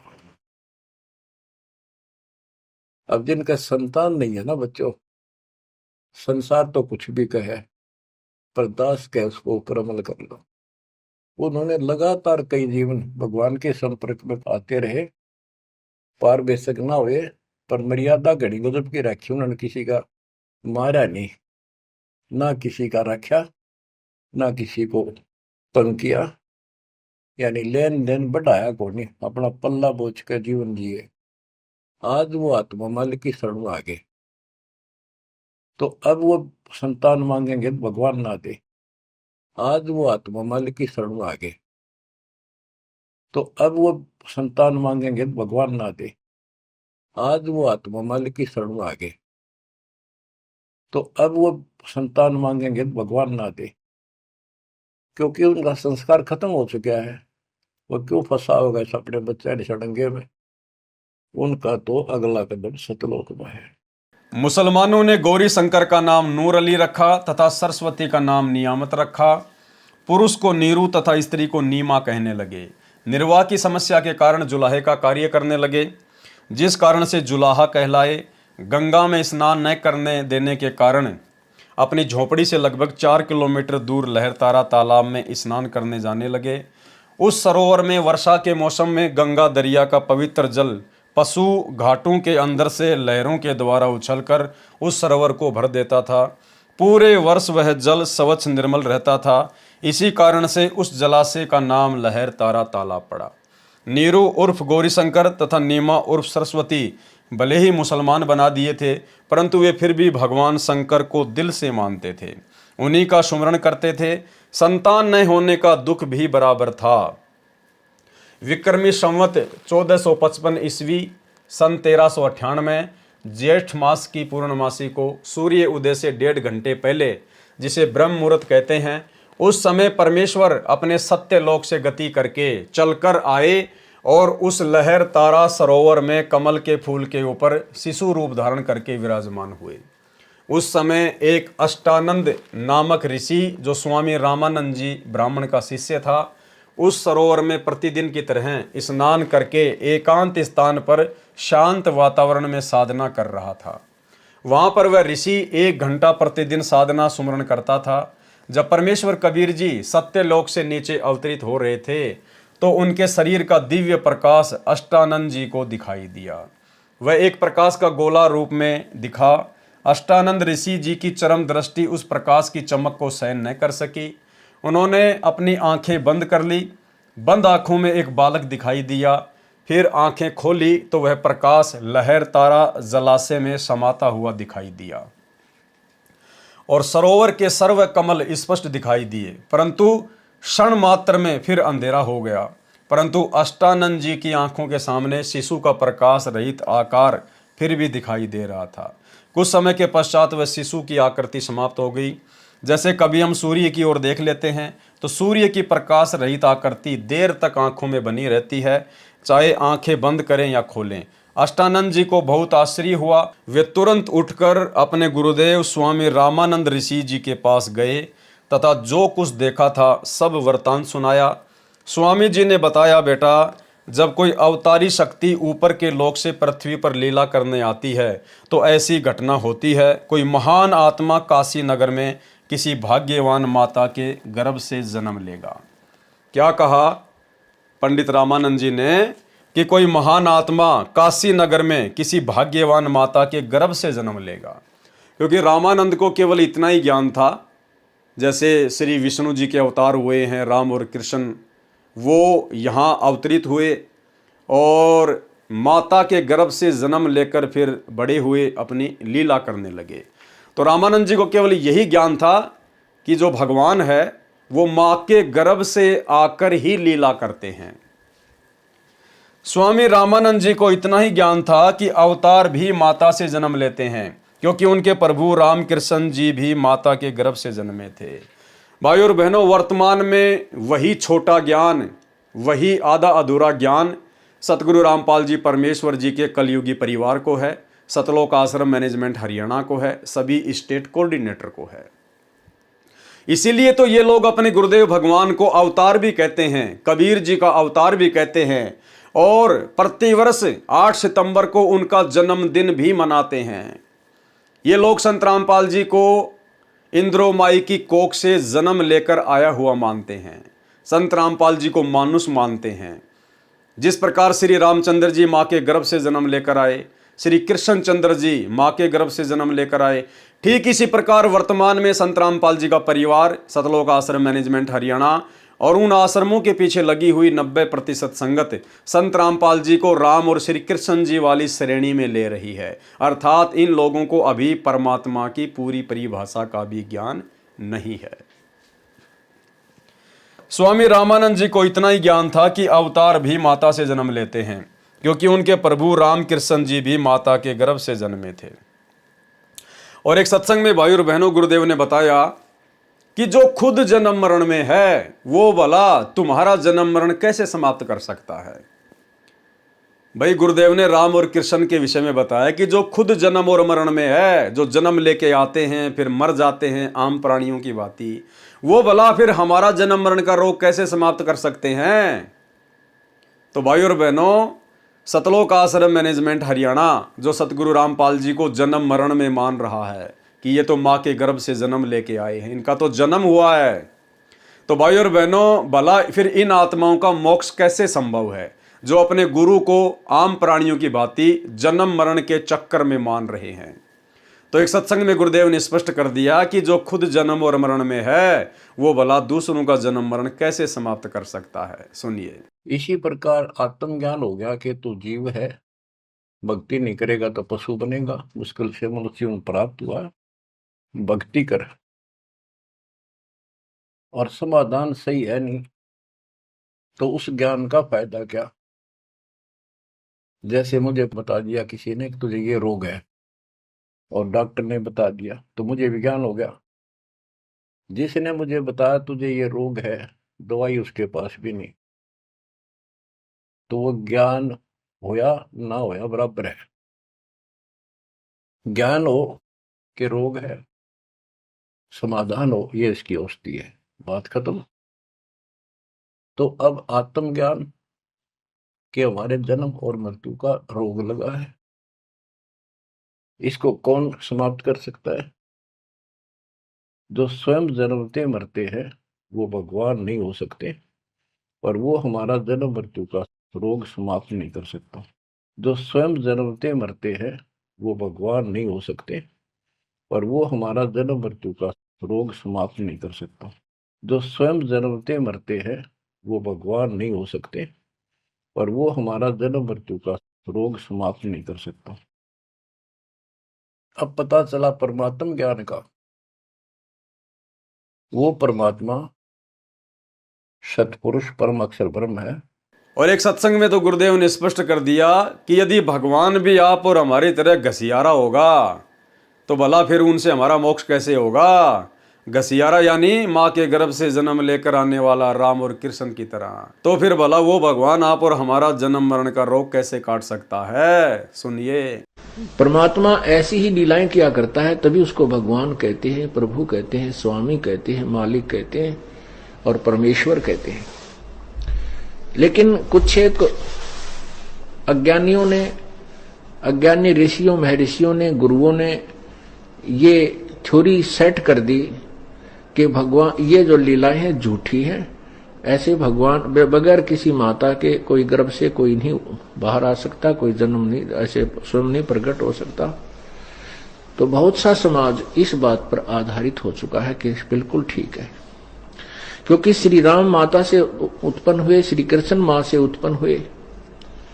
जितने भी हम जिनको भगवान की संज्ञा में गिनते हैं सभी माँ से उत्पन्न हुए। इसलिए हमने ये भी सत्य मान लिया कि माँ के बिना उत्पन्न कोई नहीं हो सकता। लेकिन भगवान कैसे किसे कहेंगे। परमात्मा उसी को कहा जाता है जो एक जन साधारण की क्रियाओं से अलग क्रियाएं करे। बोलो। परमात्मा उसी को कहा जाता है जो एक जन साधारण की क्रियाओं से अलग क्रियाएं करे। बोलो। परमात्मा उसी को कहा जाता है जो एक जन साधारण की क्रियाओं से अलग क्रियाएं करे। इसलिए भाई और बहनों इन संकेतों को समझो। संत रामपाल जी तो अपने आप को छुपाते हुए सब कुछ कहेंगे कि मेरे को तो ये ज्ञान मेरे गुरुजी से प्राप्त हुआ है, मेरा तो जन्म किसान परिवार में हुआ है, मेरी माता जी का नाम ये है, मेरे पिताजी का नाम ये है। क्योंकि वो तो अपने आप को छुपाते हुए यहाँ पर आम मनुष्य की भांति लीला करते हुए अपना ज्ञान प्रचार करते हैं। लेकिन गुरुदेव से तत्व ज्ञान लेने के बाद आप और हमारी तो बुद्धि खुल जानी चाहिए कि जो ज्ञान 21 ब्रह्मांड में किसी के पास नहीं है, वो ज्ञान कोई 21 ब्रह्मांड का सामान्य प्राणी कैसे दे सकता है, सामान्य संत कैसे दे सकता है। इसको देने के लिए तो परमात्मा स्वयं सतलोक से नीचे उतरते हैं। तो संत रामपाल जी स्वयं कबीर भगवान हैं, कबीर परमेश्वर हैं, और इनके अलावा जीव का आत्म कल्याण कोई नहीं कर सकता। और परमेश्वर को, जिस परमेश्वर के गर्भ में सारी सृष्टि ठहरी हुई है, समाई हुई है, भला उस विशाल परमात्मा को एक माता, एक काल लोक की स्त्री भला कैसे अपने उदर में समा सकती है, अपने गर्भ में समा सकती है। तो भाई और बहनों, ये सारी की सारी परमेश्वर की लीलाएं हैं। परमेश्वर हमारी चरम दृष्टि को धोखा देते हुए और अपना तत्व ज्ञान देकर फिर अपनी पहचान करवाना चाहते हैं। तो हम कभी भी अपने गुरुदेव को मानुष मानने की या फिर माँ के गर्भ से जन्म लेकर आने की कहकर इस प्रकार की गलती ना करें। प्रतिदिन की तरह नीरू तथा नीमा भी उसी लहर तारा तालाब में स्नानार्थ आए। पिछले दिन नीरू के घर कोई मेहमान आए थे, यानी एक दिन पहले नीरू नीमा के घर पर उनके कोई गेस्ट आए थे, जिसमें एक स्त्री भी थी। स्त्री ने नीमा से चर्चा में संतान की महिमा बताई कि पुत्र बिना गति नहीं होती, वृद्ध अवस्था में कौन सहारा बनेगा, एक बच्चा तो होना ही चाहिए, निसंतान का तो लोग सुबह सुबह मुख देखना भी शुभ नहीं मानते। उस स्त्री के जाने के पश्चात उसके द्वारा लगाए इंजेक्शन का प्रभाव नीमा पर ऐसा हुआ कि वह सारी रात रोती रही और अपने इष्ट देव शंकर जी से एक पुत्र प्राप्ति की मांग करती रही। सवेरे उठकर अपने पति के साथ नहाने के लिए चली, तब भी सुबह सुबह कर आहें भरकर भगवान शिव से याचना कर रही थी कि हे महादेव, क्या हमारे लिए आपके पास संतान नहीं है? आप तो समर्थ हैं, मेरी गलती को क्षमा करके एक लाल मेरी झोली में भी डाल दें। उसकी यह दयनीय दशा देखकर नीरू ने कहा, हे नीमा, अपनी किस्मत में संतान होती तो प्रभु शंकर कभी के संतान दे देते। ठीक इसी प्रकार भाई और बहनों, वर्तमान में जो संत रामपाल जी के फॉलोवर हैं, विशेषकर संगत में वो माता बहनें जिनके कई वर्षों के उपरांत भी संतान नहीं हो रही है, भाई और बहनों, किसी भी प्रकार से संतान प्राप्ति की कोई दवाई या कोई झाड़ जंपाड़ या डॉक्टरी सलाह बिल्कुल भी नहीं लेनी है, अन्यथा परमात्मा पे आपका अविश्वास प्रकट हो जाएगा। नीरू नीमा ने क्या क्या यत्न नहीं किए संतान प्राप्ति के लिए, लेकिन परमात्मा ने नहीं देनी थी तो नहीं देनी थी, चाहे कितना रो लीजिए, कितने ही आप जी जंतर मंत्र करवा लीजिए, कितने अपने कर्म फोड़ लीजिए, कितनी ही दवाई वगैरह ले लीजिए, परमेश्वर ने नहीं देना है तो नहीं देना है। और वर्तमान में भाई और बहनों, यदि किसी उपदेश प्राप्त बहन को शादी के उपरांत संतान नहीं हो रही है, तो भाई और बहनों, ये परमात्मा ने जानबूझकर उसके घर में संतान नहीं भेजनी है, जानबूझकर। हो सकता है उस बहन के भाग्य में संतान थी, लेकिन सतगुरु रामपाल जी ने वर्तमान में इस कलयुग की बिचली पीढ़ी में उसके आत्म कल्याण को ध्यान में रखते हुए जानबूझकर वो संस्कार काट दिया है, उसके भाग्य से संतान को हटा दिया है। तो ये आपके लिए सोने पे सुहागा है। यदि आप संत रामपाल जी के उपदेशी भगत हैं और आपके घर में यदि संतान उत्पन्न नहीं हो रही है, तो संतान प्राप्ति का अन्य कोई भी तरीका ना अपनाएं, जो तरीका ज्ञानहीनता में ये जगत वाले भाई बहन अपनाते हैं। यदि सतगुरु रामपाल जी भगवान आपके परिवार में संतान भेजना उचित समझेंगे, और यदि आपके भाग्य में संतान नहीं है तो भी गुरु जी भेज देंगे, और यदि आपके घर में संतान भेजना गुरुदेव उचित नहीं समझेंगे, और यदि आपके भाग्य में संतान है तो परमात्मा उसको कैंसिल कर देंगे। इसलिए भगत भाई बहन अपनी तरफ से किसी भी प्रकार का कोई भी अनैतिक तरीका संतान प्राप्ति का ना अपनाएं और परमेश्वर की रजा में राजी रहें। जो राखूं त्यों ही रहूं, हमरा के चारा, और खाने जाद खरीद हूं गुलाम तुम्हारा। क्योंकि इस कलयुग की बिचली पीढ़ी में भक्ति यदि हम सही कर रहे हैं तो भाई और बहनों फिर हमारी मर्जी नहीं चलेगी, सतगुरु की मर्जी चलेगी। और यदि अपने कर्म फोड़ने हैं फिर चाहे कितने फोड़ लीजिए, फिर परमात्मा किसी भी प्रकार का कोई भी सहयोग आपको नहीं करेगा। हो सकता है परमात्मा फिर आपकी जिद को देखते हुए आपको संतान भी दे देगा, लेकिन वो संतान फिर आगे चलकर आपके जीवन का झंकार बन जाएगी, आपके जीवन में, आपके भविष्य में कांटे उत्पन्न कर देगी वो संतान, क्योंकि फिर आपका मोक्ष हो नहीं पाएगा। अभी इस जन्म में तो अपना लाल खिला लेना, अपना बच्चा खिला लेना, अगले जन्म में फिर सूरी बना दी जाएगी, कुतिया बना दी जाएगी, फिर वो सारी इच्छा काल पूरी करेगा कि तेरे को पुत्र चाहिए था ना, पुत्रियां चाहिए थी ना, ले 10-10, 12-12 सूरी बनाकर, कुतिया बनाकर। तो भाई और बहनों, फालतू का पंगा मोल मत लेना, जैसा परमात्मा रखे वो परमात्मा का प्रसाद समझकर ग्रहण कर लीजिएगा। उसकी यह दयनीय दशा देखकर नीरू ने कहा, हे नीमा, अपनी किस्मत में संतान होती तो प्रभु शंकर कभी के संतान दे देते। आप रो रो कर अपनी आंखें खराब कर लोगी, मिलना वही है जो भाग्य में लिखा है। ये कहकर अपनी धोती से उसके आंसू पोंछे। सरोवर पर आने के पश्चात पहले नीमा ने स्नान किया, क्योंकि तब तक अंधेरा था। उसके पश्चात नीरू ने स्नान के लिए तालाब में प्रवेश किया।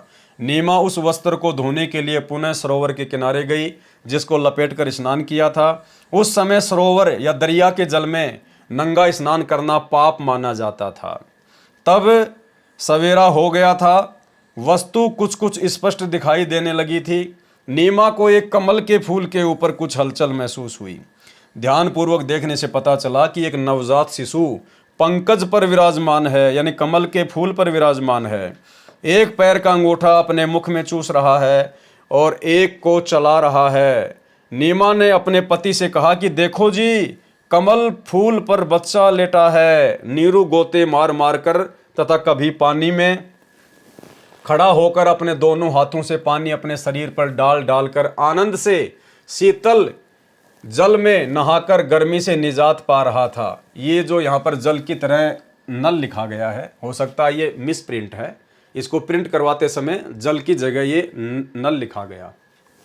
खड़ा होकर अपने दोनों हाथों से पानी अपने शरीर पर डाल डालकर आनंद से शीतल जल में नहाकर गर्मी से निजात पा रहा था। उसने स्नान करते करते कहा कि नीमा, तू पुत्र के चक्कर में दिमाग का संतुलन खो चुकी है, जिस कारण से तेरे को जल में भी बच्चा दिखने लगा है। नीमा ने बहुत कसक के साथ पुनः कहा कि जी सचमुच देखो तो एक बार, बच्चा डूबने वाला है। नीरू ने उधर देखा जिधर नीमा हाथ से संकेत कर रही थी। नीरू ने आओ देखा ना ताव, फूल सहित बच्चे को उठाकर अपनी पत्नी को थमा दिया और कोसने लगा उस बेरहम स्त्री को जिसने यह मासूम बच्चा मारने के लिए अंधेरे में फेंक दिया। परमात्मा का शुक्र है कि यह मजबूत ताकतवर कमल पर गिर गया, अन्यथा मर जाता। ये भी बच्चे की अच्छी तकदीर है कि हम समय पर आ गए, इसका जीवन बच गया। जबकि भाई और बहनों, वो बच्चा मरने वाला नहीं था, वो तो स्वयं कबीर भगवान सारी सृष्टि के रचनहार थे, लेकिन जीव अपने हिसाब से आकलन लगा रहा था। परमात्मा का शुक्र है कि ये मजबूत कमल पर गिर गया, अन्यथा मर जाता। ये भी बच्चे की अच्छी तकदीर है कि हम समय पर आ गए, इसका जीवन बच गया। अरे अच्छी किस्मत, अच्छी तकदीर तो नीरू और नीमा की थी, जो उस दिन वहाँ स्नान करने के लिए प्रतिदिन की तरह आए और परमेश्वर उनको शिशु रूप में मिले। उनकी सेवा का, उनके पालन पोषण का सौभाग्य प्राप्त हुआ, इसका जीवन बच गया। नीमा उस बच्चे के सुंदर मुख को देखकर भावुक होकर परमात्मा शिव जी का शुक्र अदा कर रही थी तथा बच्चे को कभी सीने से लगा रही थी तथा कभी उसका मुख चूमकर दुलार रही थी। जब नीरू स्त्री को कोस रहा था तब कबीर जी बोले जैसे आकाशवाणी हो रही हो। नीमा तो बच्चे को सीने से लगाकर वर्षों की पुत्र की प्यास बुझाने में लगी थी।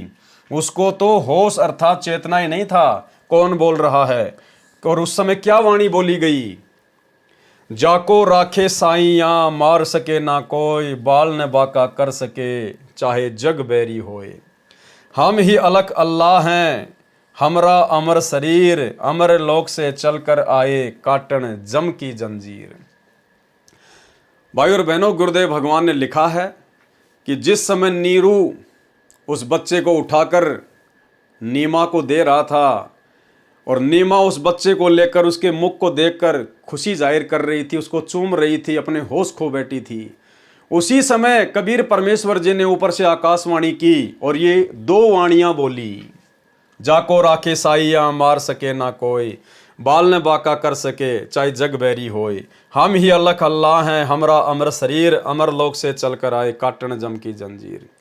ये कौन से शास्त्र में लिखा हुआ है? क्या आज तक किसी ने बताया कि जिस समय नीरू और नीमा को शिशु रूप में कबीर परमात्मा प्राप्त हुए उस समय आकाशवाणी हुई थी? क्या किसी ने सुनी थी? क्या किसी ने नोट कर लिया था उस समय?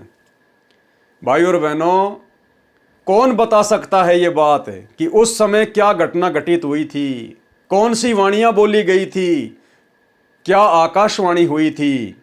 स्वयं कबीर भगवान ही बता सकता है, जिन्होंने उस समय ये अमर वाणियां बोली।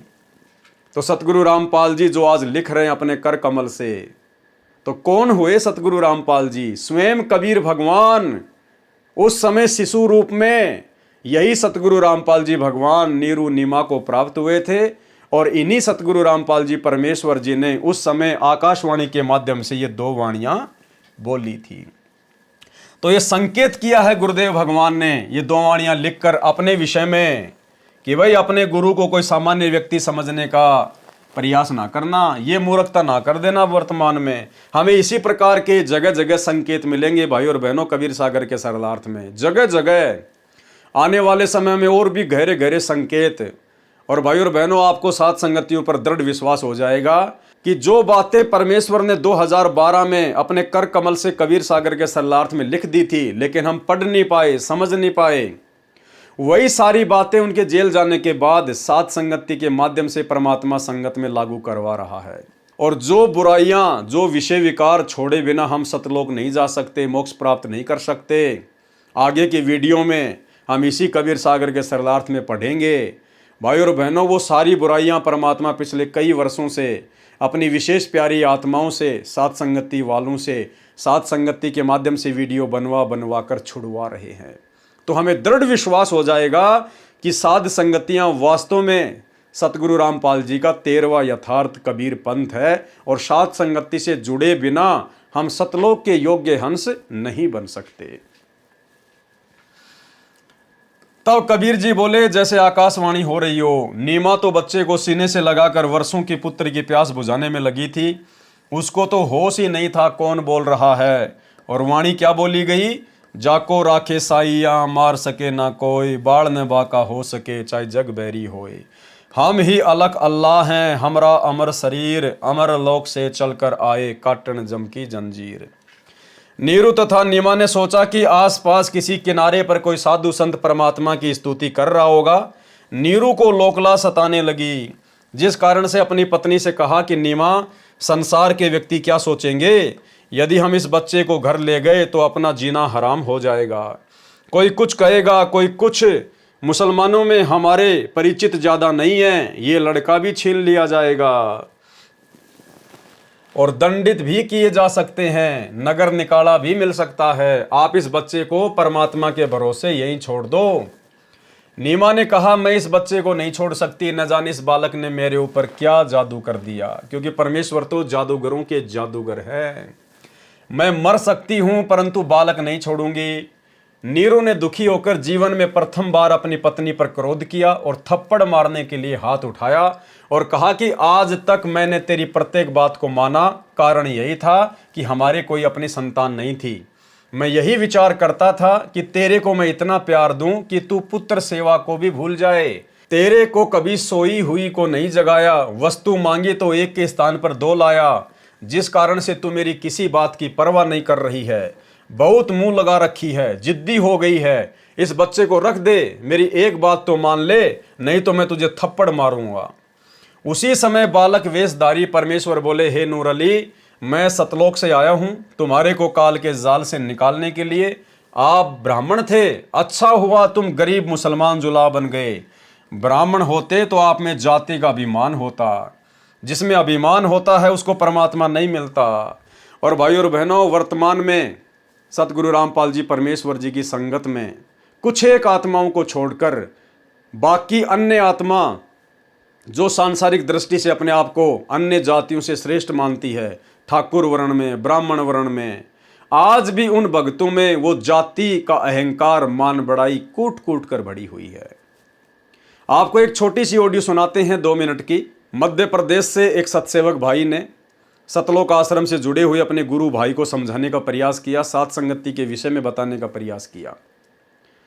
तो सतलोक आश्रमों से जुड़ा हुआ वो भाई, वो ठाकुर जाति से है और देखिए किस प्रकार से उसमें जाति का अभिमान कूट कूट कर भरा हुआ है। वो भाई अपनी ऑडियो में कह रहा है कि मैं ठाकुर हूं, ठाकुर। अरे मेरे को भगवान ने ठाकुर बनायो, ठाकुर।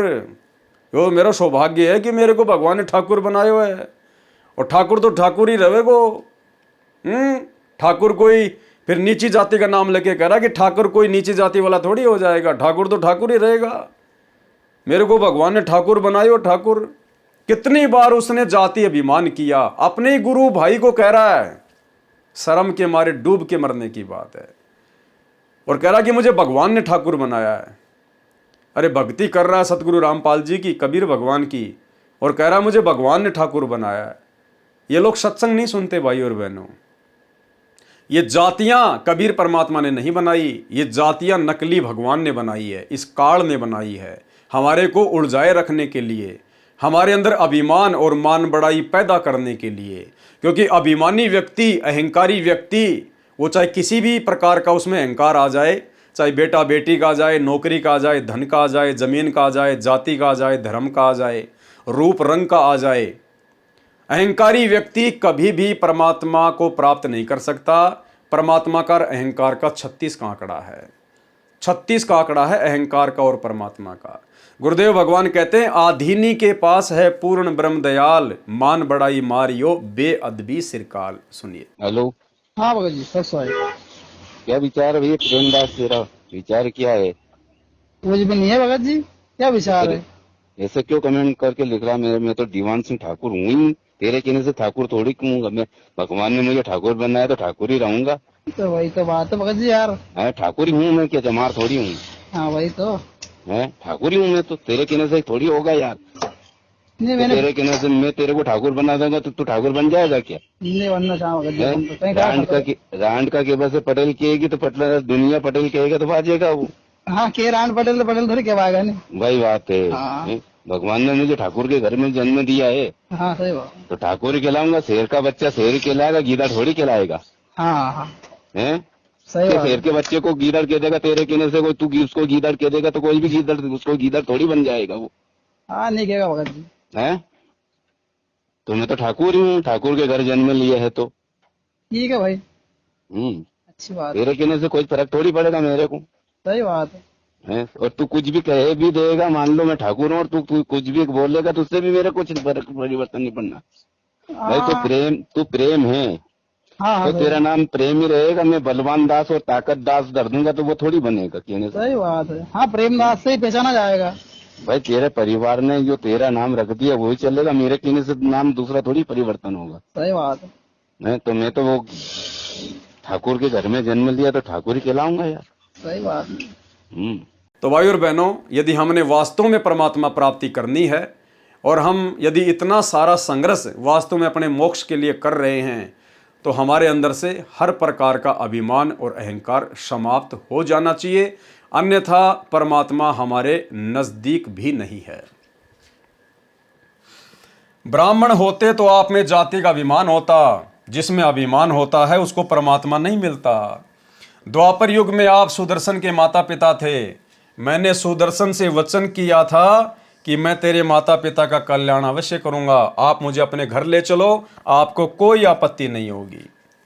द्वापर युग में तुम बाल्मीक जाति, भक्ति शिव की करी दिन राती, तुमरा एक बालक प्यारा, वह था परम शिष्य हमारा। सुपच भगत मम प्राण प्यारा, उससे था एक वचन हमारा, ता कारण हम चल आए, जल पर प्रकट हम नारायण कहाए। ले चलो तुम घर अपने, कोई अकाज होए नहीं सपने, बाचा बंद जा कारण यहाँ आए, काल कष्ट तुमरा मिट जाए। इतना सुनकर जुल्हा घबराया, कोई जिंद या ओपरा पराया, मोकू कोई सांप ना लग जाए, ले बालक को घर को आए। सुत काशी को ले चले, लोग देखन तहाँ आए, अन्न पानी भक्षय नहीं, जुल्हा शोक जनाए। कबीर परमेश्वर जी को लेकर नीरू जुलाहा अपनी पत्नी के साथ घर पर आया। वह डर गया कि इस बच्चे में कोई जिंद या भूत प्रेत बोल रहा है, कहीं मेरे को हानि ना कर दे। इस डर से बच्चे को घर ले आया। काशी नगर के नर नारी झुंड यानी समूह रूप में लड़के को देखने के लिए आए और अपनी अपनी धारणा के अनुसार महिमा करने लगे। यानी पूरी काशी में चर्चा हो गई कि भाई ऐसा सुंदर बालक ना देखा ना सुना, और काशी नगर के लोग समूह बना बनाकर स्त्री और पुरुष आपस में गीत गाते हुए उस बच्चे को देखने के लिए आ रहे हैं। लेकिन कोई भी ये सवाल नहीं कर रहा था कि भाई तुम्हारी तो संतान थी नहीं, अरे नीमा तो कभी जो है वो गर्भ से थी नहीं, फिर ये संतान तुम्हारे घर में आई कहाँ से? किसी के मन में इस प्रकार की बातें नहीं आई, क्योंकि भाई और बहनों, सकल सृष्टि का रिमोट, बलवानों का बल, बुद्धिमानों की बुद्धि कबीर परमात्मा सतगुरु रामपाल जी के हाथ में। जितना परमेश्वर चाहेंगे दुनिया उतना ही सोच सकती है, उतना ही समझ सकती है, उतना ही बोल सकती है, इससे ज्यादा नहीं। काशी नगर के नर नारी झुंड अर्थात समूह रूप में लड़के को देखने आए और अपनी अपनी धारणा के अनुसार महिमा करने लगे। संत गरीबदास जी छुड़ाने वाले ने भी अपनी वाणी में परमात्मा कबीर जी द्वारा प्राप्त दिव्य दृष्टि से पूर्व वाली घटना देखकर कहा है। संत गरीबदास जी की अमृतवाणी। काशीपुरी कस्त किया उतरे अधर आधार, मोमिन को मुजरा हुआ जंगल में दीदार। कोटि किरण शशि भानु सुधी आसन अधर विमान, परसत पूर्ण ब्रह्म को शीतल प्राण और पिंड। गोद लिए मुख चूम कर हेम रूप झलकंत, जगर मगर काया कर दम के पदम अनंत। काशी में अचरज भया गई जगत की नींद, ऐसे दुल्हा उतरे ज्यों कन्या बरबींद। खलक मुलक देखन गया राजा प्रजा रीत, जम्बू दीप जहान में उतरे शब्द अतीत। काशी उमड़ी गुल भया मोमिन का घर घेर, कोई कहे ब्रह्मा विष्णु है, कोई कहे इंद्र कुबेर। कोई कहे वरुण धर्मराय है, कोई कोई कहत ईश, 16 कला शुभान गति, कोई कहत जगदीश। दुनी यानी दुनिया कहे ये देव है, देव कहे यह ईश, ईश कहे परब्रह्म है, पूर्ण विश्व बीस। कोई कहे छल है ईश्वर नहीं, कोई किन्नर कहाए, कोई कहे गण ईश का ज्यों ज्यों मात्र साए। दूध ना पीवे ना अन्न बखे, नहीं पलने झूलंत, अधर आसन ध्यान में कमल कला फूलंत। शिव उतरे शिवपुरी से अवगत बदन विनोद, महके कमल खुशी भया लिया ईश को गोद। नजर नजर से मिल गई किया ईश प्रणाम, धन्य मोमिन धन्य पूर्णा, धन्य काशी निकाम। 7 बार चर्चा करी बोले बालक बहनों, शिव कर मस्तक धरया लिया मोमिन कवारी धेनु। अन्न ब्यावर को दूहत है दूध दिया तत्काल, पीवे बालक ब्रह्म गति तहाँ शिव भय दयाल। कबीर सागर के ज्ञान सागर के पेज नंबर 74 पर। सुत काशी को ले चले लोग देखन तहाँ आए, अन्न पानी भके नहीं जुल्हा शोक मनाए। तब जुल्हा मन कीन तिवाना, रामानंद सो कहा उत्पाना। मैं सुत पायो बड़ा गुणवंता, कारण कौन भखे नहीं संता। रामानंद ध्यान तब धारा, जुल्हा से तब वचन उचारा। पूर्व जन्म ते ब्राह्मण जाति, हरि सेवा की नी बलि बाती। कछु सेवा तुम हरि की चूका, ताते भयो जुल्हा का रूपा। प्रति प्रभु कह तोरी मान लीन्या, ताते उधान में सुत तो दीन्या। नीरु वचन। हे प्रभु जस कीन्यो तस पायो, आरत हो तव दर्शन आयो। सो कहिए उपाय गुसाई, बालक सुधावंत कछु साई। रामानंद अस युक्ति विचारा, तव सुत कोई ज्ञानी अवतारा। बछिया जाही बैल नहीं लागा, सो लाई डठ करो ते ही आगे। दूध चले ते थन ते दूध ही धर्यो छिपाई, सुधावंत जब होवे तब ही दियो पिलाई। चौपाई। जुल्हा एक बछिया ले आवा, चलो दूध कोई मरम न पावा। चलो दूध जुल्हा हरसाना, राखो छिपाई काऊ नहीं जाना। पीवत दूध बाल कबीरा, खेलत संतों संग जो मत धीरा। ज्ञान सागर पेज नंबर 73 पर चौपाई। भगवान शंकर तथा कबीर बालक की चर्चा। नोट। यह प्रकरण अधूरा लिखा है, फिर भी समझने के लिए मेरे ऊपर कृपया है। परमेश्वर कबीर जी की पहले ये वाणी पढ़ें जो ज्ञान सागर के पेज नंबर 73 पर लिखी है, फिर अंत में सार ज्ञान ये दास रामपाल दास बताएगा। यानी वास्तव में क्या घटना घटी थी, ये सारी जानकारी गुरुदेव भगवान फिर वास्तविक लिखेंगे। चौपाई। घर नहीं रहो पुरुष और नारी, मैं शिव सो अस वचन उचारी। आन के बार बदत हो योग, आपन नार करत हो भोग। जो वाणी कोष्टक में लिखी है वे वाणी पहले ज्ञान सागर में नहीं लिखी गई हैं। यानी ये जितने भी कोष्टक लगे हुए हैं जिन जिन वाणियों के आगे, ये पहले ज्ञान सागर में नहीं थी, सतगुरु रामपाल जी परमेश्वर जी ने लिखी हैं वास्तविक। ऐसा भरम जाल फैलाया, परम पुरुष का नाम मिटाया। काशी मरे तो जन्म न होई, स्वर्ग में बास तास का सोई। मगहर मरे सो गधा जन्म पावा, काशी मरे तो मोक्ष करावा। और पुनः तुम सब जग ठग राख्या, काशी मरे हो अमर तुम भाख्या। जब शंकर होए तब काला, ब्रह्मांड 21 हो बेहाला। तुम मरो और जन्म उठाओ, औरन को कैसे अमर कराओ। सुनो शंकर एक बात हमारी, एक मंगाओ धेनु कंवारी। 7 कोरा घट मंगवाओ, बछिया के पीठ हाथ फिराओ। दूध चलेगा थनते भाई, रुक जाएगा बर्तन भर जाई। सुनो बात देवी के पूता, यानी हे दुर्गा जी के बेटे, शंकर को कह रहे हैं परमात्मा, सुनो बात देवी के पूता, हम आए जग जगावन सूता, हम इस सोई हुई दुनिया को जगाने के लिए आए हैं। पूर्ण पुरुष ज्ञान बताऊं, दिव्य मंत्र दे अमर लोक पहुंचाऊं, तब तक नीरू जुल्हा आया, रामानंद ने जो समझाया। रामानंद की बात लागी खारी, दूध देवेगी गाय कंवारी। तब शंकर पंडित रूप में बोले, कवारी धनु लाओ तो ले, साथ कोरा घड़ा भी लाना, ताश में धेनु दूधा भराना। तब जुल्हा बछिया और बर्तन लाया, शंकर गाय पीठ हाथ लगाया। दूध दिया बछिया कवारी, पिया कबीर बालक लीलाधारी। नीरू नीमा बहुते हरसाई, पंडित शिव स्तुति गाई। कह शंकर ये बालक नाही, इनकी महिमा कही न जाई। मस्तक रेख देख मैं बोलूं, इनकी समतुल काहे को तोलूं। ऐसा नक्षत्र देखा नाही, घूम लिया मैं सब जग ठाही। इतना कहा तब शंकर देवा, कबीर कहें बस कर भेवा। यानी जब शंकर ने इतनी बातें बोली तो कबीर परमेश्वर ने कहा कि बस रहने दे, अब ज्यादा महिमा और ना कर। मेरा मरम न जाने कोई, चाहे ज्योति निरंजन होई। हम हैं अमर पुरुष अवतारा, भव से जीव उतारूं पारा। इतना सुन चले शंकर देवा, नीरू शीश चरण धर की नीरू नीमा सेवा। हे स्वामी मम भिक्षा लीजे, सब अपराध क्षमा कीजे। कह शंकर हम नाही पंडित भिखारी, हम हैं शंकर त्रिपुरारी। साधु संत को भोजन कराना, तू मेरे घर आए रहमाना। ज्ञान सुन शंकर लजा आई, अद्भुत ज्ञान सुन सिर चकराई। ऐसा निर्मल ज्ञान अनोखा, सचमुच हमार है नहीं मोखा।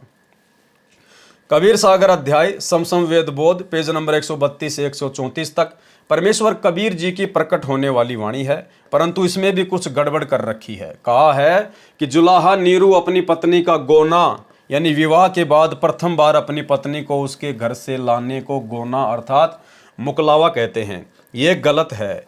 जिस समय परमात्मा कबीर जी नीरू को मिले उस समय उनकी आयु लगभग 50 वर्ष की थी।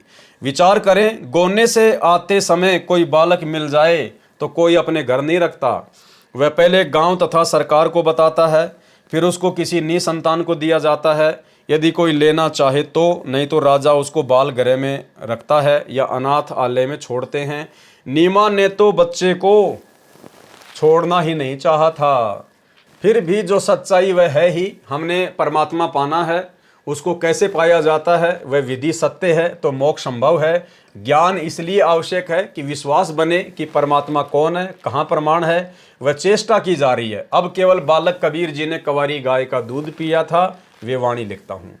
सबसम वेद बोध, पेज नंबर 134 से। पंडित निज निज भवन सिधारा, बिन भोजन बीते बहुबारा। बालक रूप तासु ग्रह रहेता, खान पान नाही कुछ गहते। जुलाहा तब मन में दुख पाई, भोजन करो कबीर गोसाई। जुलाहा जुलाही दुखित निहारी, तब हम तिनते वचन उचारी। कंवारी एक बछिया ले आओ, कोरा भांडा एक मंगाओ। तत्क्षण जुलाहा चली जाई, गऊ की बछिया कोरी लाई। कोरा भांडा एक गुहाई, भांडा बछिया शीघ्र आई। दो कबीर के सन्मुख आना, बछिया दिशा दृष्टि निजताना। बछिया हेठ सो भांडा धरेहू, ताके थन ही दूध ते भरेहू। दूध हमारे आगे धरही, यही विधि खान पान नित करही। ऊपर लिखी अमृतवाणी कबीर सागर के 3 अध्यायों से है। विचार करें, इससे एक तो ये बात स्पष्ट होती है कि कबीर सागर में मिलावट तथा काट छांट की गई है। दूसरी यह स्पष्ट होती है कि ग्रंथ में मिलावट है। जैसे कबीर सागर में प्रकरण है, वह संत गरीबदास जी की वाणी में भी है, तो संत गरीबदास जी द्वारा यथार्थ ज्ञान बताया गया है, इसलिए कबीर सागर के ज्ञान का नाश कर रखा है। अब यह दास रामपाल दास यथार्थ ज्ञान आपके रूबरू कर रहा है। कथा प्रसंग है कि कंवारी गाय के दूध से परमेश्वर कबीर जी की परवरिश हुई थी। यह सत्य है तथा सत्य प्रकरण क्या है, शेष कथा सुनाता हूँ। जैसा कि सवसम वेद बोध के पेज नंबर 132 से 134 तक के प्रकरण में वाणी लिखी है, जिनमें दर्शाया गया है कि इस जन्म में नीरू नीमा जन्म से जुलाए थे। यानी कबीर सागर में कांट छांट करके धर्मदास की गुरु गद्दी वालों ने लिख दिया कि नीरू नीमा तो जन्म से ही जुलाहे थे, इससे पहले जन्म में पंडित थे। वास्तविकता यह है कि उस जन्म में भी पंडित थे। जिस जन्म में परमेश्वर काशी में लहर तारा तालाब में कमल के फूल पर मिले थे, और उससे पूर्व जन्म में भी ब्राह्मण थे। उस जन्म में जिसमें परमेश्वर जी लहर तारा तालाब पर मिले थे, उसमें वे ब्राह्मण कुल में जन्मे थे, बाद में जबरन मुसलमान बनाए गए थे। यदि जन्म जात मुसलमान होते तो भगवान शंकर किस लिए प्रकट होते? यानी भाई और बहनों, संकेत किया परमात्मा ने कि ये देवी देवता भी ये जातियों वातियों के चक्कर में पड़े हुए हैं, ये देवी देवता भी हिंदू मुसलमानों के चक्कर में पड़े हुए हैं। यहाँ 21 ब्रह्मांड का सारा बखेड़ा है, ये सारा का सारा। क्या कह रहे हैं परमात्मा? यदि नीरू नीमा जन्मजात मुसलमान होते तो भगवान शंकर किस लिए प्रकट होते? अगर नीरू नीमा वास्तव में मुसलमान होते उस जन्म में, तो भगवान शंकर प्रकट नहीं होता। वो तो ब्राह्मणी थी, इसलिए आके प्रकट हो गया। तो ये देवी देवता भी जात पात के चक्कर में पड़े हुए हैं भाई और बहनों। और इसी जात पात के चक्कर में देवताओं के राजा इंद्र ने त्रेता युग में श्री रामचंद्र जी से शंभुक का वध करवा दिया था। शंभुक जो कि नीची जाति में था, नीचे समाज से था, शूद्र समाज से था, और उसने घोर तप करना शुरू कर दिया। उसने घोर तप, ऊपर को पैर करके नीचे को सिर करके घोर तप करना शुरू कर दिया। किस लिए? कि मैं जो है स्वर्ग में जाऊंगा, मैं स्वर्ग में जाऊंगा। अब भाई और बहनों, इंद्र ने सोचा कि अगर ये शूद्र हमारे स्वर्ग में आ गया तो यहां पर हमारी बेइज्जती होगी, और इसको इसकी भक्ति के प्रतिफल में इसको सारी सुविधा देनी पड़ेगी। देवताओं के राजा इंद्र ने नारद से बातचीत करके नीचे भेजा नारद को। नारद ने उल्टी सीधी बातें लगा के, और उसी रामचंद्र जी की नगरी में एक ब्राह्मण के पुत्र की अकाल मृत्यु हो गई। और वो दोष लगा दिया गया शंभुक के ऊपर कि राजन, तुम्हारी नगरी में वेदों के विपरीत, शास्त्रों के विपरीत कि जो शूद्र हैं उनको जो है भक्ति करने का अधिकार नहीं, उनको तप करने का अधिकार नहीं। तुम्हारी नगरी में वेद विरुद्ध कार्य हो रहा है, जिस कारण से एक ब्राह्मण के पुत्र की मृत्यु हो गई है। श्री रामचंद्र जी को बहका के, भ्रमित करके और शंभुक का वध करवा दिया। तो भाई और बहनों, ये जाति पाति पूरे 21 ब्रह्मांड में इसी प्रकार से कीचड़ की तरह है। यदि जन्म जात मुसलमान होते तो भगवान शंकर किस लिए प्रकट होते? यानी सतगुरु रामपाल जी भगवान ने संकेत कर दिया कि 21 ब्रह्मांड में सब के सब जीव हैं। सबकी सोच इस काल ने गंदी कर रखी है। सब लोग जाति पाति धर्म के झंझट में उलझे हुए हैं। सवसम वेदबोध पेज नंबर 134 पर लिखा है कि पंडित बालक कबीर का नाम रखने आए। यदि जन्मजात मुसलमान जुलाहा नीरू होता तो ब्राह्मण किस लिए नामांकन करने आते? वास्तविकता यह है कि गौरी शंकर ब्राह्मण को मुसलमान बनाकर नीरू नाम रखा था। काजी और मुल्ला दोनों नामांकन करने आए थे। वास्तविकता अब पढ़े निम्न लेख में। कबीर बालक ने 25 दिन तक कुछ भी आहार नहीं किया, पानी तक नहीं पिया।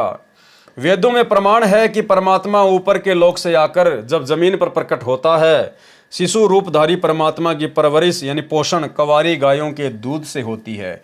और वो कवारी गायों में दूध कहाँ से आता है? सत्य लोक से, परमात्मा की शक्ति से। प्रमाण ऋग्वेद मंडल नंबर 9 सूक्त 1 मंत्र 9 में है। जिस समय अमर पुरुष जी शिशु रूप में पृथ्वी के ऊपर प्रकट होते हैं तो उनकी पोषण की लीला कवारी गायों द्वारा होती है। आप जिन्हें ऊपर यानी कबीर सागर के अध्यायों ज्ञान सागर पृष्ठ 74, कबीर चरित्र बोध पेज नंबर 1794 से 1796 तक अंकित है, तथा सवसम वेद बोध पृष्ठ 134 पर लिखा वर्णन पढ़ा, जो लगभग विक्रमी संवत 1550 यानी सन 1497 में बांधवगढ़ वाले सेठ धनी धर्मदास जी ने लिखा था। यही प्रमाण वेदों में लिखा है। इससे यह भी प्रमाणित होता है कि कबीर जुलाहा ही वह पूर्ण परमात्मा है जिसकी महिमा वेदों में लिखी है, और वह परमेश्वर कबीर जी के ऊपर खरी उतरती है। इनके अतिरिक्त विश्व में किसी भी महापुरुष पर या जिनको परमात्मा मानकर पूजा करते हैं श्री रामचंद्र जी तथा श्री कृष्ण चंद्र जी पर वेदों में लिखी पहचान खरी नहीं उतरती। कबीर सागर के उपरोक्त अध्यायों में प्रसंग छोड़ा गया है, कुछ जोड़ा गया है, जिस कारण से परमेश्वर कबीर जी की महिमा संपूर्ण वर्णित नहीं है। चौपाइयों तथा दोहों साखियों में किया वर्णन प्रत्येक व्यक्ति समझ नहीं सकता। उसका विस्तृत ज्ञान आप अध्याय कबीर चरित्र बोध के सारांश में पेज नंबर 517 से 573 में कबीर जी का कलयुग में प्राकाट्य में पढ़ें। अनुराग सागर पवित्र कबीर सागर का तीसरा अध्याय है। इसका अधिकतर प्रकरण अध्याय ज्ञान प्रकाश में लिखा गया है, जो सृष्टि रचना से संबंधित है। पेज नंबर 12 से 67 तक तथा इससे आगे परमेश्वर कबीर जी का 3 युगों में प्रकट होने वाला प्रकरण है। ये भी इसी पुस्तक के ज्ञान प्रकाश बोध के सारांश में लिखा है। यहाँ लिखना व्यर्थ विस्तार करना है, पाठक जन वहीं से ज्ञान ग्रहण करें। अनुराग सागर में कुछ त्रुटियां हैं, उनका विवरण भी ज्ञान प्रकाश अध्याय के सारांश में लिखा गया है। तो भाई और बहनों, सदगुरु रामपाल जी परमेश्वर जी के आशीर्वाद से कबीर सागर के सरलार्थ में आज हम केवल इतना ही लेंगे, क्योंकि धीरे धीरे हम आगे बढ़ेंगे भाई बहन, क्योंकि हमें फिर अपनी भक्ति भी करनी होती है, तीनों समय की आरती भी करनी होती है, सुमरण भी करना होता है, सत्संग भी सुनना होता है, अन्य भी परमात्मा की सेवा होती है, गुरुदेव को भोग लगाना होता है। तो धीरे धीरे जिस प्रकार से परमात्मा हमें बढ़ाएंगे उसी प्रकार से धीरे धीरे हम आगे बढ़ते जाएंगे। और परमेश्वर के कर कमल से लिखित होने के कारण इनको पढ़ने सुनने देखने मात्र से भी हम ढेर सारे पुण्य के भागी हो रहे हैं। सूक्ष्म रूप में हमारे भक्ति अकाउंट में ये भक्ति धन जमा होता जा रहा है। भाई और बहनों, आगे के वीडियो में आगे जब वीडियो बनेंगे कबीर सागर के सरलार्थ पर, तो भाई और बहनों बहुत ही गहरे गहरे गूढ़ रहस्य हैं। और जब तक हम उन समस्त बातों को, जो बातें गुरुदेव ने इस पवित्र कबीर सागर के सरलार्थ में आप और हमारे लिए लिखी हैं, यदि हम उन सभी बातों को अपने जीवन में लागू नहीं करेंगे, उन पर अमल नहीं करेंगे, भाई और बहनों, हम सतलोक के योग्य हंस नहीं बन सकते। तो बहुत सारी गुड बातें आप जियों को आने वाले दिनों में कबीर सागर के सरलार्थ में इसी प्रकार से वीडियो के माध्यम से देखने और सुनने को मिलेंगी। तो आज के वीडियो में केवल इतना ही। कल रात्रि 8 बजे फिर से लाइव जुड़िए। तब तक गुरुदेव भगवान हम सबको आज्ञा दें, इजाज़त दें, आशीर्वाद दें। बंदी छोड़ सतगुरु रामपाल जी भगवान की जय हो।